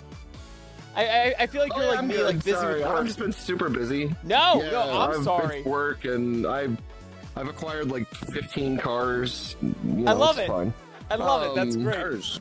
Yeah, well, it started like so. I got another MR2 like a year ago, and then like I had issues with that and I needed some parts. So I was like, oh, well, here's like a parts car, and I got that guy down to $300, and I had to go dig it out of the forest in the middle of nowhere. And so we finally got that thing back, and then like there was another cheap MR2 that was like $800. So I was like, well, I gotta get that one. I mean, the other parts car needs a friend. So then I got that one, and then I ended up getting a $500 RX-7 down in Tucson. So I'm just a parts yard now. It's fun. It's fine. It's fine. Yeah. You're basically like the new Jared Leto. No, not Jared. What's Jay Leno? Jay Leno. You're the Arizona Jay Leno. That could be Jared Leto. Also Jared Leto. Jared Leto's God. To be fair, I do think that you know his movies are not great, and I find it hilarious because like every time he's in a movie, it almost always tanks, and I feel bad for the guy because I don't think it's that he genuinely doesn't try. It just it never works out for him. But like 30 Seconds to Mars, I'm here for. Now, admittedly, I'm a bit of an old school 30 Seconds to Mars guy. I really only like their first 2 albums. Everything after the first 2 is kind of like, eh, but first 2 I'm here for, especially the first one. I really like the first one. Yeah, so. I was only there for the commercial stuff. I was not a loyalist. But I could dabble in it. I could dabble in it. I love seeing musicians like do acting stuff like that, like to see how cool they are. He's a good Joker, but he's no Heath Ledger. But I do love him as a Joker. Yeah, I mean, it was an interesting take, and it's like a canon thing. It's just a version of Joker from the comics, but yeah. It was just so radicalized and out there that no one. Again, if you weren't like a comic reader, you wouldn't know about it. So everybody's just like, what? Face tattoos and what? No. Yeah.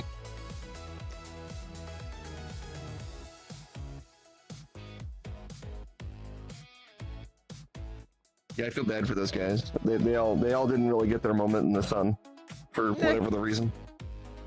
So it's all luck and timing, and it's weird right now in the world. Only saving grace is that. Yeah. I was gonna say my only saving grace with that is that we got Michael Keaton back as Batman. So you know I'll take what I can get. Yeah, isn't that great? I love it. Yeah.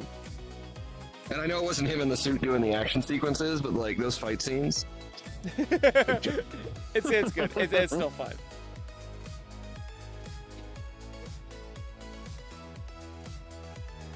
Because he's up there. That was he's my Batman, man.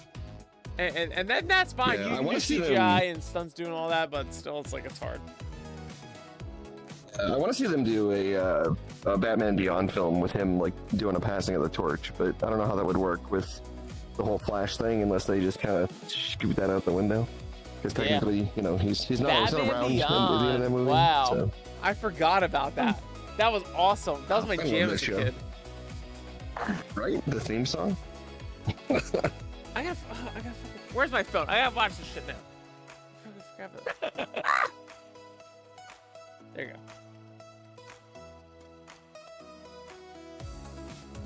I just need to really remember it for reference. I remember growing up on this. Real quick. Thank you. Like opener. It's very EDM. Like it was like it was like Spider-Man Into the Spideyverse, but it was this was like the. Yeah, it was kind of like the original Spider-Man theme from the '94 show. The more electronica intro, but it was in line with like the X-Men theme and all that. They were all kind of like the same vein. Yeah.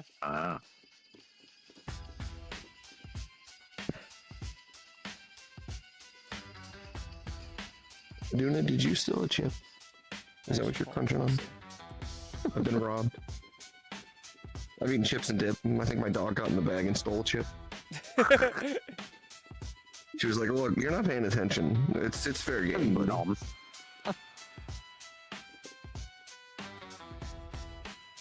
If I hear anything move in my room, I would scream because I don't have any pets. Batman. Gotcha. That makes more sense now. Okay. I'm still traumatized. Like a week ago, I had a mouse jump at me from my behind my monitor. You're like, Yeah, no! Nope. That's Yeah, actually no. scary. Oh yeah. See, I cover all the bases. I have dogs to do guard dog things, and then I have a cat, which is technically a dog. It's an honorary dog because it was raised by my dog. But it's still a cat, so it keeps all the mice and things away. So I just have a I'll whole put bunch a of camera mouse on it and traps. see where it goes during the day. Oh, Because it GoPro. goes all over the neighborhood. I don't know where it goes. You gotta put a GoPro on them. That's like my favorite, seeing the cats with GoPros. That's the best. Right? Yeah, the little Insta 360s or whatever. Yeah. Do do that. That's That it. turns out I don't you're know. not I don't know if he. supposed I to pack. don't know if he would actually wear it, but I'd like to try. The problem is that yeah, he if does they or like go where he outside, they goes, like so. scratch it off. That's what Apple AirTags are for. Oh shit! That way you can figure out where it went. Yeah, but you can't record with And I that. hear from my kid. No, but you put it on the back of the camera, or on the bottom of it, or something. I So that way get you know where the it camera falls is. off. You're knocking on some random neighbor's door, being like, "Hi, there's a Oh, camera in your that's a backyard. good I need idea. that back." You're right. Yeah, so Tell you yeah, if what. it does fall off, you just grab it. Yeah. Well, those cameras are expensive. I looked at it. It's like a couple $100 to get like a pet cam that you Yeah. can like put on their collar and like let them run around. Yeah, they're not cheap. Wow. There's a reason why all the people that pay for them, they just monetize them on YouTube, being like, "Look, my cat needs me your money."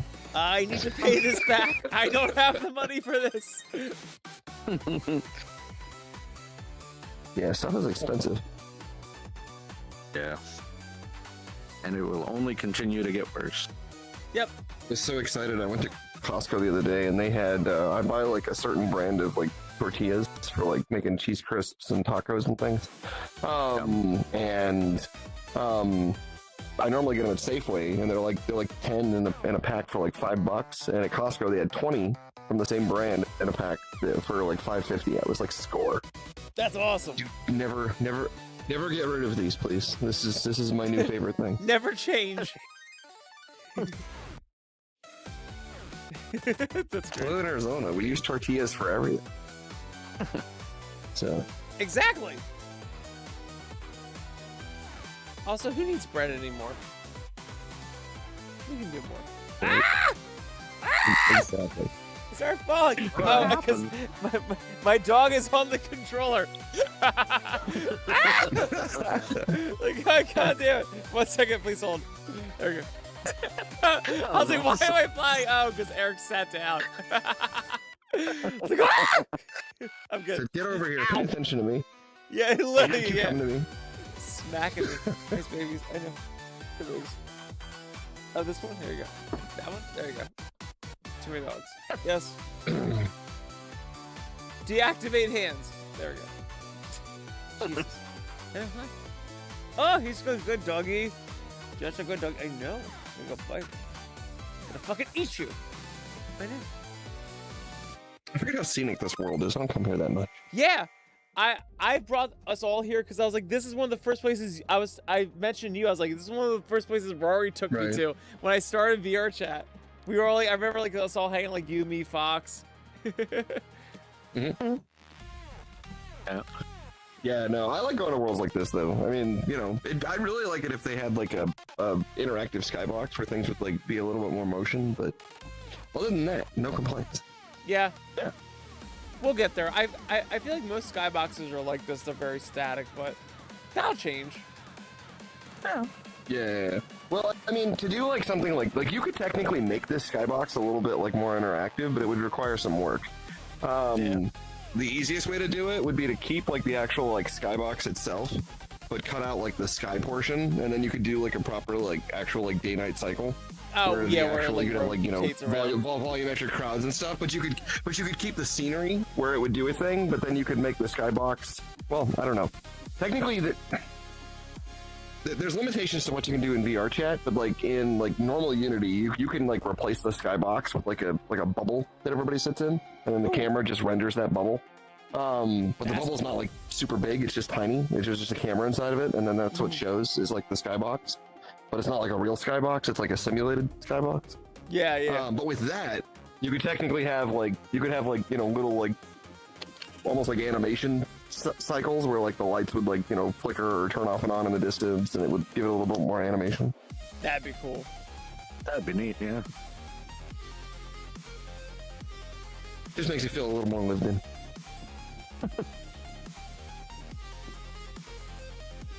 Yes. I'm sorry, I'm fucking tired. I have to head out. But Caddy, thanks for hanging. And Rory, I'm so happy to see you. This is fucking awesome. That's great. Yeah. Nice to see you. Happy to be here. That's Nice great. to meet you.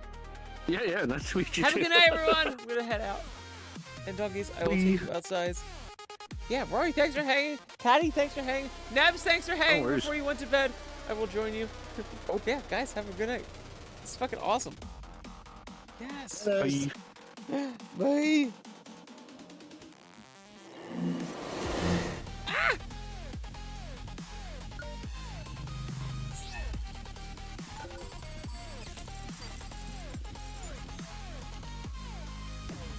Baby? Oh,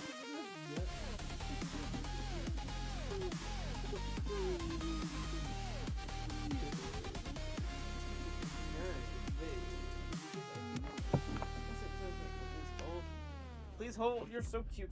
You're just a cute baby.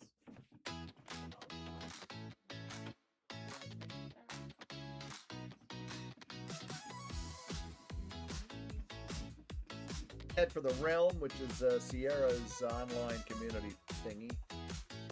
You can get the Realm, true multiplayer adventuring over the internet.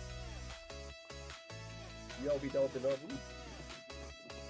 And this is the internet for everyone. The internet for everyone. AT&T, of course. Bob. Oh, hey. I will pop this into the thing. And also, I do have the Prima Secrets of the Game official strategy guide for this game, too.